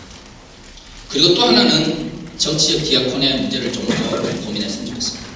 물론 이것은 아직도 한국교회가 풀어야 될 문제가 많기 때문에 이상적인 지향성으로만 현재로서는 제안을 드립니다. 하지만 저는 개인적으로 교회가 적어도 정치의 문제를 나눌 때면 힘있고 권력 있는 사람들을 위한 정치가 아니라 교회가 아니면 그리스도인들이 관심을 가지지 않으면 스스로 자신들의 인권이나 자신들의 권리를 지킬 수 없는 이들을 위해서 뭔가 정치에 대해서 혹은 하나님 나라에 대해서 이야기할 수 있는 공론의 장이 반드시 마련되어야 된다고 생각합니다. 구체적인 방법론이나 그러한 것은 우리가 속해 있는 상황이 다 다르기 때문에 하나로 해결할 수는 없을 것 같습니다. 그러나 그 지향성만큼은 분명히 앞으로 한국교회가 공론의 장을 통해서 함께 정립하는 과정을 거쳤으면 좋겠습니다. 말씀을 맺도록 하겠습니다. 네. 제가 신학교 다닐 때 장깔뱅이 이야기를 참 많이 들었습니다. 근데 말이죠, 장깔뱅이 창세기를 해석할 때 천문학을 가르치면서 그런 표현을 합니다. 반지성주의를 맹목적으로 따라하는 이들을 비판하면서 장깔뱅이 뭐라고 이야기하냐면, 오히려 하나님께서 주신 지혜를 가지고 천문학과 같이 인간의 총명, 즉 지성을 통해서 얻게 되는 지식을 하나님의 찬양받을 만한 지혜라고 평가를 했었어요. 제가 이제 이 본문 찾았고 나서 깜짝 놀랐습니다. 제가 배웠던 장깔뱅은 이중예정, 이런 어떤 단순한 교리적인 측면이었는데, 깔뱅이의 글 속에서 천문학과 같은 이성에 대한 긍정적 평가가 충분히 발전될 수 있구나라는 생각을 보면서 깜짝 놀랐습니다. 왜 한국교회는 이것을 가르치지 않을까? 아니, 제가 속했었던 교단은 왜 그런 걸 가르치지 않았을까? 어쩌면 우리 스스로가 반지성주의를 너무나 당연한 것으로 받아들여 종교적 배타주의를 마치 신앙을 지켜야 되는 교조주의적 층으로 만들면서 종교 중독을 신앙의 열심을 포장해 온 것이 아닌가라는 생각을 하게 됩니다. 저는 이런 것들이 모여서 지금 현재 한국교회에서 문제가 일으키고 있는 극우의 문제가 나타난다고 생각을 합니다. 앞으로 근본주의 문제와 기독교 극우화의 문제를 함께 고민했으면 좋겠습니다. 근본주의적인 흐름과 또 미국에서 영향을 받은 강경한 형태의 근본주의의 부정적인 사회적 영향력을 인식하지 못한다면 앞으로도 공적 영역에서 나타나는 근본주의의 극우화의 문제를 해결할 수 없습니다. 죄송하지만 저는 앞으로 10년 정도 한국교회의 양적인 측면에서의 성장을 긍정적으로 보지는 않습니다. 지금 제 생각으로는 앞으로 10년 안에 한국교회는 적어도 7에서 8% 정도로 교인 수가 줄어들 거라고 생각을 합니다. 제가 이 말씀을 드리는 것은 지금 우리가 뭔가를 해서 교인 수를 늘리자라고 하는 양적 혹은 정량적 측면에서의 개혁의 의미를 말씀드리는 것이 아닙니다. 하나님 뜻이라면 망해야 될 종교 집단은 망해야 될 것이고요. 새롭게 일어날 종교 집단은 서로 일어나게 되겠죠. 교회가 하나님 나라의 가치를 제대로 감당하지 못한다면 저는 양적인 측면에서 망하는 것이 옳다고 생각을 합니다. 문제는 하나님 나라나 하나님 나라의 공동체가 언제나 승해왔던 건 아닙니다. 구약 속에서도 언제나 이스라엘이 긍정적 측면에서 하나님께 영광을 돌렸던 것은 아니죠. 그렇기 때문에 선지자들의 이 글 속에서 언제나 멸망 이후의 이야기들이 등장한다고 생각합니다. 저는 한국교회의 근본주의에 대한 비판은 지금 당장 한국교회가 양적으로 새롭게 변화하기 위해서가 아니라 멸망 이후를 준비하는 마음으로 새롭게 출발해야 된다고 생각을 합니다. 윌게 몰트만이 종말이라고 하는 것을 통해서 희망을 꿈꿨던 것처럼 우리 한국교회의 미래가 어둡기 때문에 그러니까 새로운 희망을, 새로운 방향을 고민해야 되지 않겠느냐라고 하는 이야기들이 지금 여기서부터라도 한국교회에 퍼져나간다면 지금 우리가 멸망 이후에 한국교회의 새로운 출발을 준비할 수 있을 것이라고 저는 확신합니다. 긴 시간 들어주셔서 감사합니다.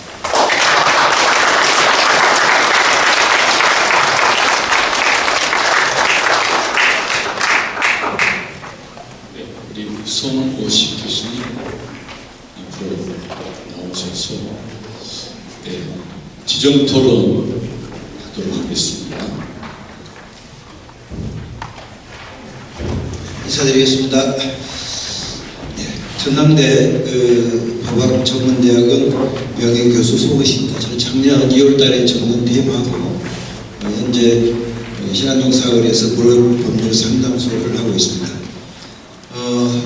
저에게 조의 시간이 한정되어 있기 때문에 한정된 시간을 잘 활용해서 토론하도록 하겠습니다. 먼저 제 토론문은 42페이지에 책자에 있습니다. 먼저 정치신학을 정통으로 연구하신 박성철 박사님의 전문적이고 심도 있는 발표에 토론자로 토론을 하게 되어서 기쁘게 생각합니다.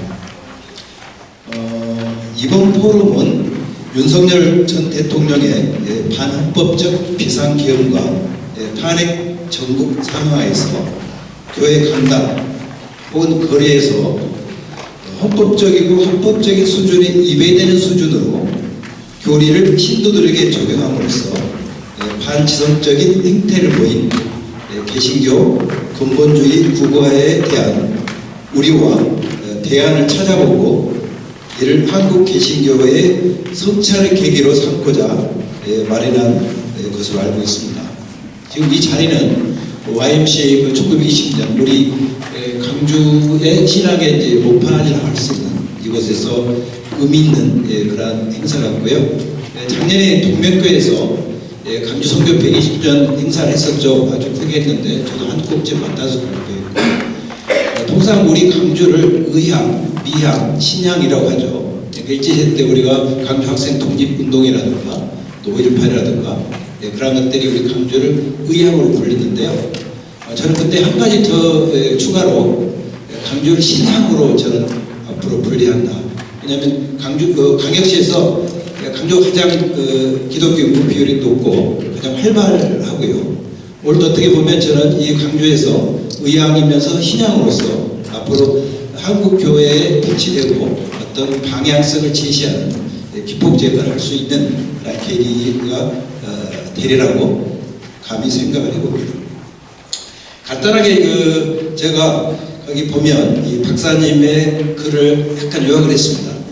상당히 길게 했죠. 박사님께서는 기독교 근본주의 구구 현상을 역사적, 사회학적, 종교적 맥락에서 비판적으로 분석하고 한국 교회 회복과 미래를 위한 대안적 방향성을 제시하고 있습니다. 특히 한국에서는 일제 강점기와 군사 독재 시기를 거치며 권위주의, 반공주의, 번영신학과 결합해 자본주의 친화적 근본주의로 변형되었고 최근에는 뉴라이트, 정강훈, 손정부 등의 구구 정치운동과 결합하여 정치 세력화했다고 지적하고 있습니다. 지향하고 극복해야 할 과제로서 교권주의적 애국 현상과 종교의 정치 도가를 꼽고 대안적 방향성으로 두 가지를 제시하였습니다. 하나는 기독교 정치윤리 확립이고 다른 하나는 민주적 다양성과 정치적 디아코니아라고 말을 하였습니다. 기독교 정치윤리 확립을 위해서는 교회의 역할을 권력 획득이 아니라 공적 윤리와 기준을 제시하는 것으로 삼아야 하고 교권주의와 정치 도구화를 지향하고 신학적 성찰을 통해서 교회의 정체성을 회복해야 한다고 합니다. 한국교회가 몰락의 위기를 넘어서기 위해서는 유계적 권위주의 해체, 이성적 사유와 자율성 회복, 정치적 중립성과 공공성 강화가 필수라고 합니다.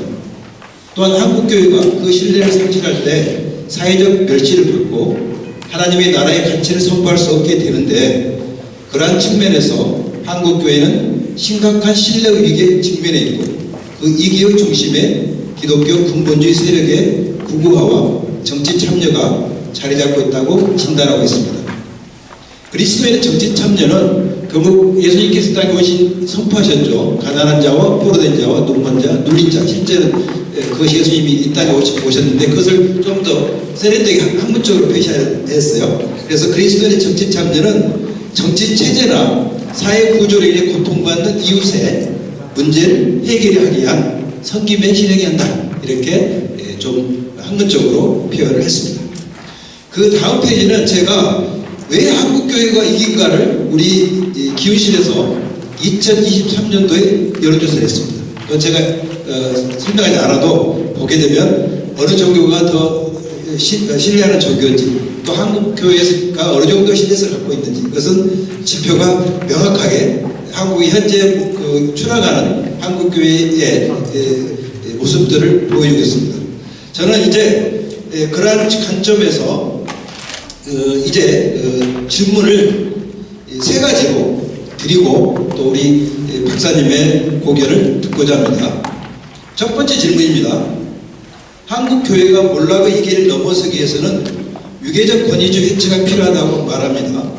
한국에서는 권력의 정점에 있는 대통령이 헌법재판소에서 2번이나 탄핵이 되어 그 자리에 내려옴으로써 누구도 권력을 남용하거나 반헌법적 행위를 하면 징계의 대상이 된다는 것을 국민에게 인식하게 되었습니다. 그렇다면 교회에서도 교회 내의 심각한 유계적 권위주의를 해체하기 위해서는 법적, 제도적 장치가 필요하다고 봅니다. 실제 그러한 장치가 마련되어 있어도 그러한 장치가 작동하지 않는 경우도 있습니다. 실제 대부분의 한국 교회는 장로제를 채택하고 있고 이 장로교회의 정치 원리는 달다시피 대의제에 기반하고 있고 민주적으로 운영되도록 마련된 틀을 가지고 있음에도 불구하고 현실에서는 그러한 기제가 작동이 잘 되지 않습니다. 그렇다면 한국교회의 이계적 권위주의를 문제점으로 이식들은 다 하고 있습니다. 그러면 이제 권위주의 해체에 대한 구체적 방안을 아마 제일 많이 생각하실 것 같은데 박사님께서는 어떤 방안을 생각하고 있는지 궁금합니다. 두 번째는요. 한국 기독교 근본주의 특징으로 반공주의 유사 종교화를 들었습니다. 정치적으로 보수 진영 쪽에서 진보 진영에 대하여 프레임으로 종북 좌파라고 합니다. 개신교 근본주의 입장에서는 공산주의 사상에 갖는 유물론, 신앙의 자유가 계급투쟁의 관점에서 접근하는 도덕적 상대주의 때문에 공산주의에 대한 혐오를 갖게 된 것으로 볼 수 있는데, 그러니까 일반적으로 북한에서 우리 그 기독교 지도자들을 많이 내어서 반공을 갖는 것보다는 실제 사상적으로 공산주의는 유물론이잖아요. 우리 기독교하고 대척점이 있고, 또 우리가 알다시피 실제 북한은 신경하고 있고 어떻게 보면 악한 영이 사로잡고 있는 그런 지역이거든요. 그러니까 우리가 우리 손보 교수 같은 경우는 우리가 정의의 관점에서, 그러니까 민족의 관점에서 통일이 아니라 하나님의 공의 관점에서 이제 통일을 해야 한다고 하고 있거든요. 그러니까 지금 어떻게 보면 악령이잖아요. 악한 영들이 있기 때문에 그러한 입장인데, 단순히 그냥 정치적으로만 우리가 남북 분단에 어떤 접근해야 할 것인지, 그러니까 저는 지금 그러한 북에 있는 공산주의를 표방하는 이 정치적 실체를 우리가 어떻게 바라보고 접근해야 되는지 그러한 고견을 듣고 싶습니다. 세 번째 질문입니다. 근본주의 일반적 특징으로 이 종교적 반지성주의, 종교적 배타주의, 종교 중독을 꼽았고, 이러한 것들은 결국 사회 구성원 사이의 갈등, 대립, 반목, 폭력, 배타성, 차별, 세속적 성공과 연결되는데, 성격적 가치인 사랑, 용서, 화해, 관용, 평등, 공의, 성숙과 어울리지 않거나 배치된다 할 수 있습니다.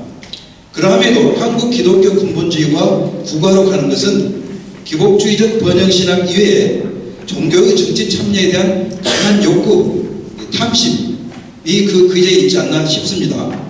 그것은 성경의 교리를 사회의 제도와 법에 반영시키려는 기독교 근본주의가 추구하는 가치를 일반 시민들에게도 적용하는 의도가 깔리는 것 같습니다. 굉장히 강하죠. 이런 이번 비상개혁과 탄핵 정국에서 두드러지게 나타나는데요. 기독교적 근본주의를 표방하면서도 역설적으로 성경적 기본적 가치와 배치되는 행태를 보이는 주된 이유가 무엇이라고 보시는지에 대해서 좀 고견을 듣고 싶습니다. 네, 세 개 다 주제 하나를 가지고 세미나를 열어도 좀 될 만큼 큰 주제인 것 같아요. 일단 제 생각을 이제 간단히 정리를 하면, 맞습니다. 권위주의 해체라고 하는 것이 쉽지는 않죠. 근데 일단은 좀 그 영역을 줄여서 종교가 이제 정책 영역에서 부정적 영향을 미치게 되는 현상과 관련돼서만 좀 간단하게 이야기하면 일단은 두 가지를 좀 구분해야 될 것 같습니다. 다시 말해서 교회 외부적인 영향력과 교회 외부에서 해결해야 될 문제고 교회 내부에서 해결해야 될 문제가 있다. 아니면 교회 내 권위주의 문제를 지금 교회 밖에서 찾으시려고 하십니까? 이렇게 하실 수도 있는데 한국교회의 권위주의는 교회 내부에서 형성된 게 아닙니다. 한국교회가 처음부터 이렇게 권위주의 성향이 강하거나 근본주의 성향이 강했던 게 아니에요. 적어도 19세기나 20세기 초까지만 하더라도 한국교회는 적어도 다른 사회적 집단보다 더 앞서가는 더 진보적이면서 더 여성의 문제나 정치의 문제나 계급의 문제에서 더 열린 공동체였어요. 칼 바르트의 표현대로 칼 빌레면 교회는 모든 면에 있어서 열려 있었어요. 그러다가 이제 이러한 현상이 된 게 일본의 제국주의의 왜곡된 통치 방식이 우리 한국교회에 들어오게 되면서 문제는 교회가 그걸 막아내면 되죠. 근데 안 됐죠. 안 된 건 어쩔 수가 없습니다. 군국주의적 통치 방식을 받아들이고 군사 백성만의 통치를 정당화하고 박정희 군사만을 받아들인 건 어떡하겠습니까? 한국교회는 그런 식으로 권위주의를 형성해 왔어요. 그러니까 지금 한국교회를 지배하고 있는 권위주의는 아니면 가부장적 인식이라든가 위계적 종교적 위계주의, 위계구조 같은 거는 교회 자체에서 형성된 건 아닙니다. 외부에서 들어온 거예요. 그러면 이러한 한국교회가 사회적 영향력에 취약한 부분은 앞으로도 쉽게 사라지지 않을 거예요. 그러면 교회만 권위주의를 해체한다고 사라질까요? 저는 그렇게 생각하지 않습니다. 윤석열 정권 들어서 특히 한국교회의 거부의 문제가 심화되어지고 대형교회를 기반으로 하는 근본주의 교회 목사님들의 목소리가 공적 영역에서 더 커진 것은 우연이 아닙니다. 그것은 한국교회가 권위주의나 사회적 왜곡에 굉장히 정치적 왜곡에 취약하다는 의미입니다. 그래서 교회 밖에서 한국 사회가 탈권위주의화가 될 수 있도록 교회가 노력을 해야 돼요. 사회적 측면에서 탈권위주의나 젠더의 문제나 성소수자의 문제, 그 다음에 성인지 감수성의 문제에 대해서 고민해야 됩니다. 한 가지 답을 내라는 게 아니고요. 적어도 지금부터 고민을 해야 됩니다. 지금은 고민을 안 한다는 거예요. 사람들마다 생각이 다 다를 수 있잖아요. 어떤 특정한 주제에 대해서 나는 이게 싫다, 나는 이게 좋다 이렇게 말할 수 있잖아요. 지금은 그런 것 자체에 대해서 말하는 것 자체가 죄악시되고 있습니다.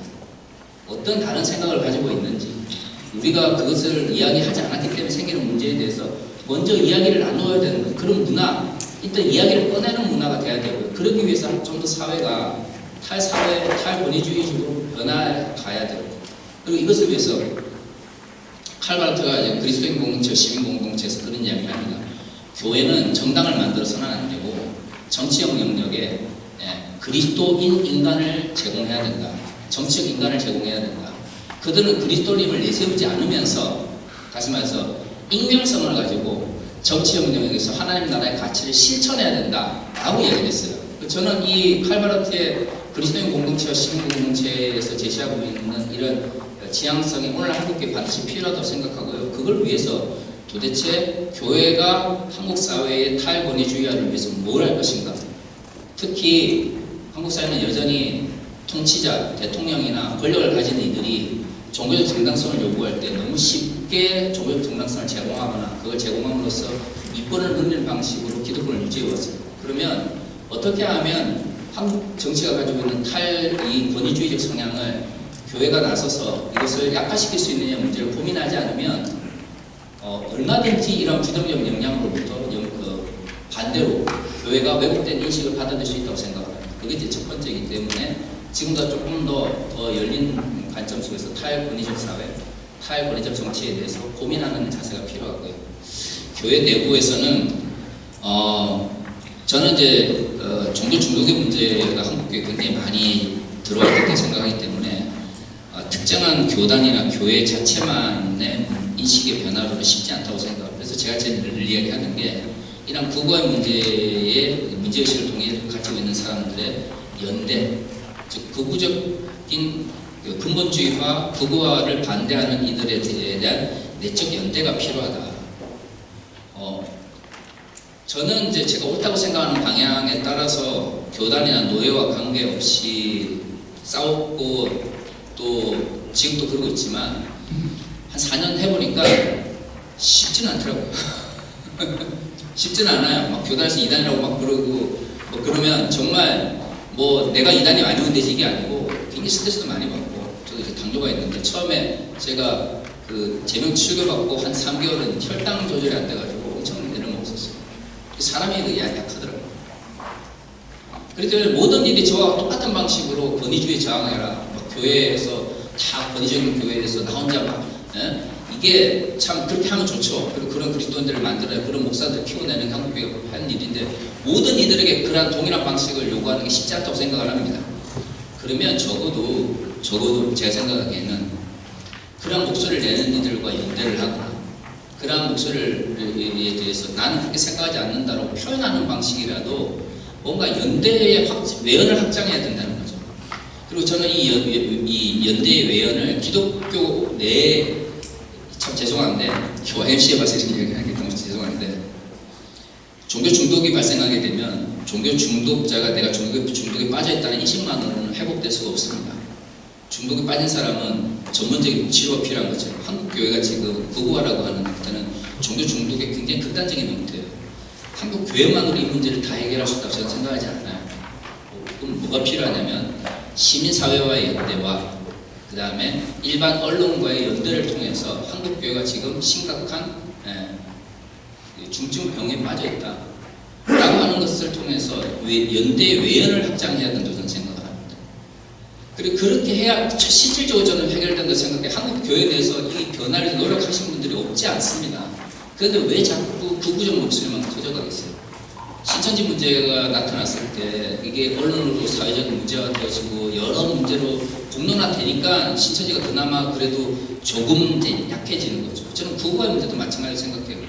물론 우리 한국교회 내에서도 또 필요합니다만 이 연대 외연을 확장하기 위해서 일반 언론, 시민사회, 그 다음에 기독교가 아니라 할지라도 일반 시민단체라 할지라도 극우 기독교의 문제, 기독교 극우 세력의 문제에 동감하는 이들과 계속해서 연대 외연을 확장시켜 나아갈 때에 100% 이 문제를 해결할 수 없다 할지라도 어떻든 지금보다는 더 나은 문제 방식, 한국교회의 모습을 해결할 수 있다고 저는 이제 생각을 합니다.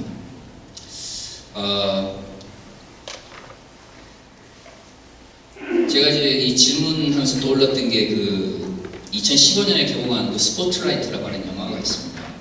또 보스턴 글로브라고 하는 이 스포트라이트 팀이 그 가톨릭에 그 감춰져 있었던 성범죄를 어떻게 드러내게 되었고 그것이 얼마만큼 큰 사회적 파장을 가져왔는가를 이제 영화인데요. 그 영화를 보면 잘 드러나죠. 만약에 종교 내부에서 그 문제를 해결할 수 없다면 일반 언론과 같은 비판적 의식을 가진 이들의 도움을 통해서라도 우리의 부족함과 우리의 병듦을 드러내야 그 다음에 새살이 도는 거예요. 지금처럼 감추면 나타나지 않습니다. 그러면 우리 스스로만에 드러낼 수 없다면 일반 언론을 통해서라도 드러내는 방식이 된다고 생각합니다. 많은 목사님들이 교회의 문제나 교단의 문제를 드러내면 부끄럽다, 교회 망한다라고 생각하지만 저는 반대로 생각해요. 문제가 있는데 덮으니까 망하는 거예요. 문제가 있을 때는 드러내야 돼요. 드러내면 어떤 형태로 간에 이 문제를 해결하기 위해서 노력하는 모습들이 생깁니다. 그러면 자정동력에 대한 측면에서도 더 힘을 가질 수가 있습니다. 그런 의미에서 저는 연대의 외연 확장이 반드시 필요하다. 그런 측면에서 시민사회든 일반 언론이든 함께 기독교 극우의 문제를 고민하는 이들과 함께 이 문제를 고민하고 특히 교회가 가지고 있는 권위주의 문제를 우리 스스로 해결할 수 없다면 그런 연대를 통해서라도 함께 해체하기 위해서 노력해야 적어도 한국교회가 10년 후에 새로운 한국교회의 미래를 위해서 우리 세대 말고 적어도 MZ세대들을 통해서 새롭게 한국교회가 한국사회에 긍정 영향을 미칠 수 있는 새로운 한국의 종교집단으로 사회집단으로 변화될 수 있다고 생각합니다. 이 이데올로기 문제는 참 쉽지가 않은데요. 저는 개인적으로 일단 북한을 무조건 악마화하는 이런 선동적 정치를 일단 멈춰야 된다고 생각합니다. 물론 이제 북한에 대한 다양한 생각이 있을 수 있는데 북한 자체를 우리가 예전 남북 나눔처럼 할 수는 없으니까 그런 식의 직접적인 문제는 열외로 하고요. 우리 남쪽 측면에서 먼저 우리 대한민국 측면에서 해결할 수 있는 문제는 북한이 여러 문제를 안고는 있어요. 근데 여러 문제를 안고 있다는 것이 곧 악마화하는 문제는 다릅니다. 특히 공적 영역에서 선동을 위한 도구로서 북한을 악마화하는 문제는 좀 다른 문제라고 생각합니다. 그래서 공적 영역에서 선동의 정치를 위한 도구로서 악마화하는 공산주의와 그 그 다음에 통일이라고 하는 보다 궁극적인 목적을 위해서 점진적으로 통일 정책을 해 나가는 방식을 좀 분리해서 생각할 필요가 있다고 생각을 합니다. 제가 왜 그런 생각을 하냐면 공산주의란 말이 너무 한국 사회에서는 진짜 이게 양비적으로 쓰이는데 너무 포괄적으로 쓰이면서 너무 또 한편으로는 왜곡되어 쓰이는 게 보세요. 인터넷 검색해 보시면 한국적 민주주의라고 검색하시면 누가 나오면 박정희가 나와요. 박정희가 군사 정변 일으키고 나서 독재를 하다가 이 유신으로 넘어가기 직전에 내세웠던 그 선동의 그 표가 뭐냐면 한국적 민주주의였어요. 유신은 독재죠. 독재가 어떻게 한국 민주주의가 됩니까? 거기에 한국적이라고 붙인다고 해서 그게 무슨 K 민주주의 말이 안 되죠. 그런데 박정희는 한국적 민주주의라는 용어를 유신 이후에도 계속해서 정치적으로 사용했어요. 한국 부부들이 자신들은 자유민주주의자라고 자꾸 이야기를 하는데도 자꾸 박정희를 정당하고 이승만을 미워하는 이유가 뭐냐면 그런 식의 박정희가 왜곡시켜놨던 용어, 즉 한국적 민주주의라고 하는 용어를 자유민주주의를 치환해서 생각하고 있기 때문입니다. 이런 의미에서는 한국 사회에서 공산주의란 말도 예를 들어 칼 막스나 아니면 뭐 로자 룩셈부르크 같은 이데올로기나 인적 측면에서 연구하는 즉 정치 철학적 측면에서나 아니면 원래 사회주의라고 하는 게 이제 경제 논리에서 나오니까 경제 체제로서의 이런 문제점, 한계에 대한 논쟁이 한국 사회에서 얼마만큼 제대로 이루어지고 있느냐. 예를 들어 공산주의 시대, 체제로서의 공산주의 시대 저는 끝났다고 생각해요. 저는 체제로서의 공산주의 시대는 실패했다고 생각하는 사람이에요. 그러면 생각을 해봐야 되죠. 그러면 한국에서 과연 87년 체제 이전까지 한국에서 민주주의라고 말했다고 해서 과연 민주주의였나? 북한에서 만약에 공산주의라고 말하는 것은 인적 측면에서 공산주의인가? 아니면 그냥 독재를 공산주의라는 명목으로 포장하고 있지 않은가? 한국 사회가 독재를 민주주의라는 명목으로 포장했던 것처럼 북한 역시도 공산주의라는 명칭을 내세우지만 실제로는 독재를 위한 이데올로기로서 도구하고 있지 않은가요? 이런 문제들이 저는 조금 더 학문적 측면에서 공론장 속에서 이야기가 되어져야 공산주의에 대한 포비아 같은 건데 사라진다고 생각하지 않아요. 사라질 수는 없지만 약화될 수 있다고 생각하고 적어도 선동의 정치적 용어로서 공산주의가 왜곡되는 현상은 줄어들 수 있을 거라 생각을 한다는 거죠. 그래서 저는 공산주의냐 자유주의냐가 아니고 독재냐 민주주의냐로 바꾸는 것이 올바른 정치 철학적 측면에서 용어라고 생각합니다. 네. 왜냐하면 북한과 남한 같은 경우에 지난 분단 이후 단 한 번도 민주주의를 이 정치 철학적 측면에서 아니면 경제 토대나 아니면 이제 정치 인연 측면에서 공산주의나 사회주의를 제대로 해본 적이 없어요. 그래놓고 자신들은 스스로 자유주의를 내세우고 이쪽은 공산주의를 내세우면서 둘 다 독재를 위한 도구로만 사용을 했는데 이제 와가지고 공산주의를 어떤 식으로 바라는 거냐보다는 북한의 독재 체제를 어떤 식으로 우리가 받아들이고 그들이 있는 상태에서 어떻게 통일을 꿈꿀 것인가에 대한 현실적 담론을 이제 우리가 해야 되는데 그게 지금 안 되고 있죠. 왜냐하면 공산주의라고 하는 용어가 우리에게 뭐랄까 거부감, 심리적 거부감으로 적용되어지고 또 그거를 공적 영역에서 선동의 정치로 사용을 하니까.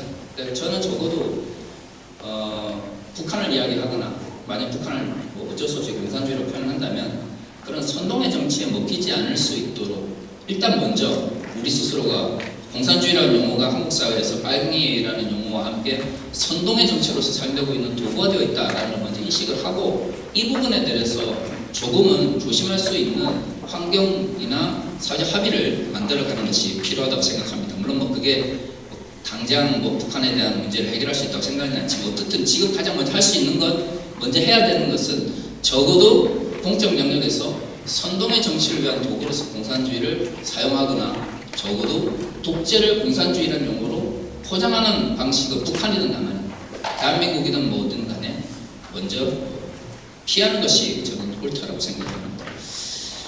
그리고 이제 교회 내에서 등장하게 되는 이제 정치 참여에 대한 목회자들의 욕망이라든가 이런 교권주의 문제를 이야기를 하셨는데 참 어렵네요. 저는 이제 정치신학을 전공했습니다. 그래서 제가 정치신학을 전공한 것은 저도 저도 제가 72년생인데 저도 이제 70년대, 80년대 뭐 이렇게 성장을 해왔기 때문에 제 의식 속에 정치라고 하는 건 힘 있는 분들 하시거나 정치라는 건 권력 게임이거나 정치라고 하는 것은 결국 정치 공학이 전부다라는 생각이 강했어요. 그런데 이제 제가 독일 유학 생활하면서 제가 독일 한 10년 정도 있었는데 정치가 굉장히 이제 독일 문화 속에서 익숙한 용어더라고요. TV만 켜면 다 정치 토론하고 뭐 정치에 대해서 이야기하고 그래서 되게 신기했었어요. 근데 사실 정치라고 하는 것은 예를 들어 막스 베버적 표현을 말하면 국가의 운영과 관련된 또 그와 연관되어 있는 모든 인간의 행위이잖아요. 미셸 푸쿠식으로 말하면 모든 인간관계에서 형성되어지는 권력관계는 다 정치적입니다. 저는 영미교를 잘 모르지만 데이비드 이스턴 같은 분 같은 사회적 가치를 권위에 의해서 배분하는 것 뭐 이런 식으로 규정하시는 걸 알고 있습니다. 그러니까 그런 식으로 따지면 정치는 결국은 국가와 관련된 거예요. 인간들 사이의 권력의 문제, 그 다음에 우리가 사람들 사이에 형성되어지는 권위의 문제는 다 정치의 문제. 그런 의미에서 정치는 익숙한 거예요. 정치가 나쁜 게 아니에요. 교회가 정치에 대해서 관심을 가지고 정치에 신경을 쓰는 것, 그것 자체가 나쁘다고 생각하지 않습니다. 문제는 뭐냐면 정치의 교권주의라는 정치하는 거예요. 다시 말해 교권을 가진 이들이 아니면 교회적 권위, 종교적 권위를 가지고 정치적 문제를 해결하려고 한다는 거예요.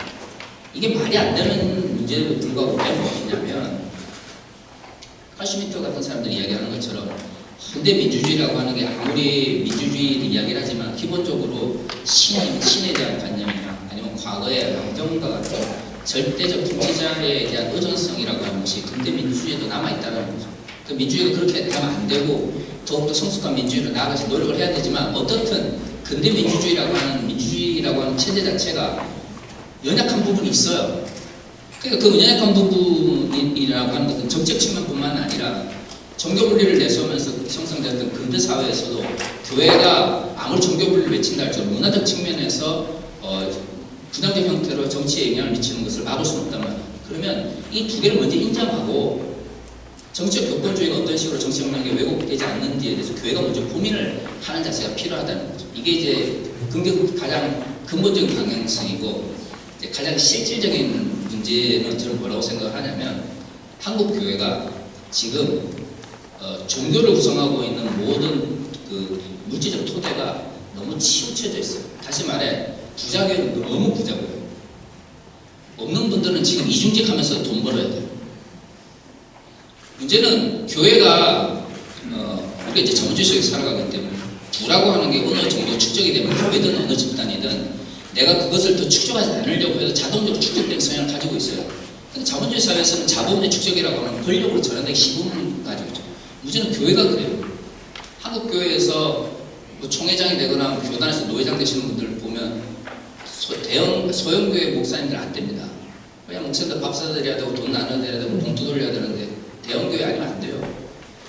그래서 교회가 커지면 커질수록 교권주의적 성향도 더 강해져요. 한국 교회에서 공적 영역에서 지금 부정적 목소리를 내시는 분들 중에서 교회 20명, 한국 교회 대부분 한 40에서 60%가 50명 이하인데 이런 교회 형성되는 교회는 없습니다. 대부분 대형대 목사님들이 그런 목소리를 내세요. 그럼 어떻게 됩니까? 적어도 교회가 우리 역시도 이런 물질적인 쏠림 현상으로 인해서 교권이 집중되어 있고 특히 교권을 많이 가진 이들이 더 공적 영역에서 부정적 영역을 낼 수 있다라고 하는 인식이 공유가 돼야 되는 거죠.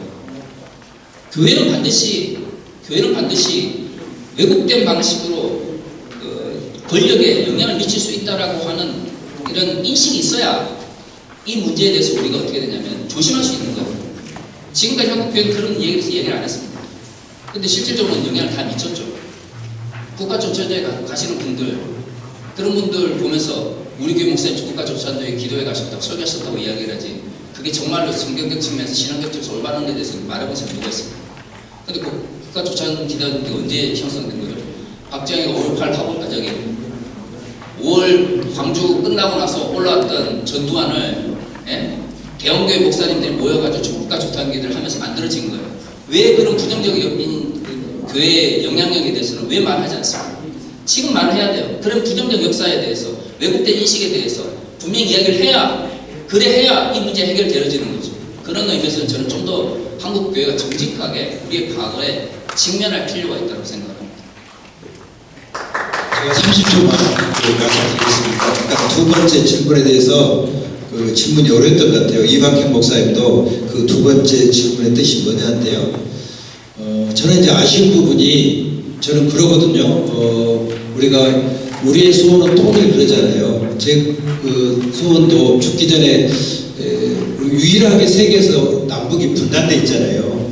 그러니까 그 통일의 당위성은 누구나 인정해요. 그 논거는 어떻게 찾느냐라는 건데 아까 말씀하신 대로 어떻든 거기는 인권이 지배되는 사실이잖아요. 그러니까 독재이고 우리나라 어떻든 간에 아까 대통령을 두 번이나 탄핵할 정도로 그것이 민주적인 힘이거든요. 그러잖아요. 그렇다면 거기는 김 씨가 세습을 하고 있는 것은 세계에서도 그 독재국가 그런 독재국가는 없는 거죠.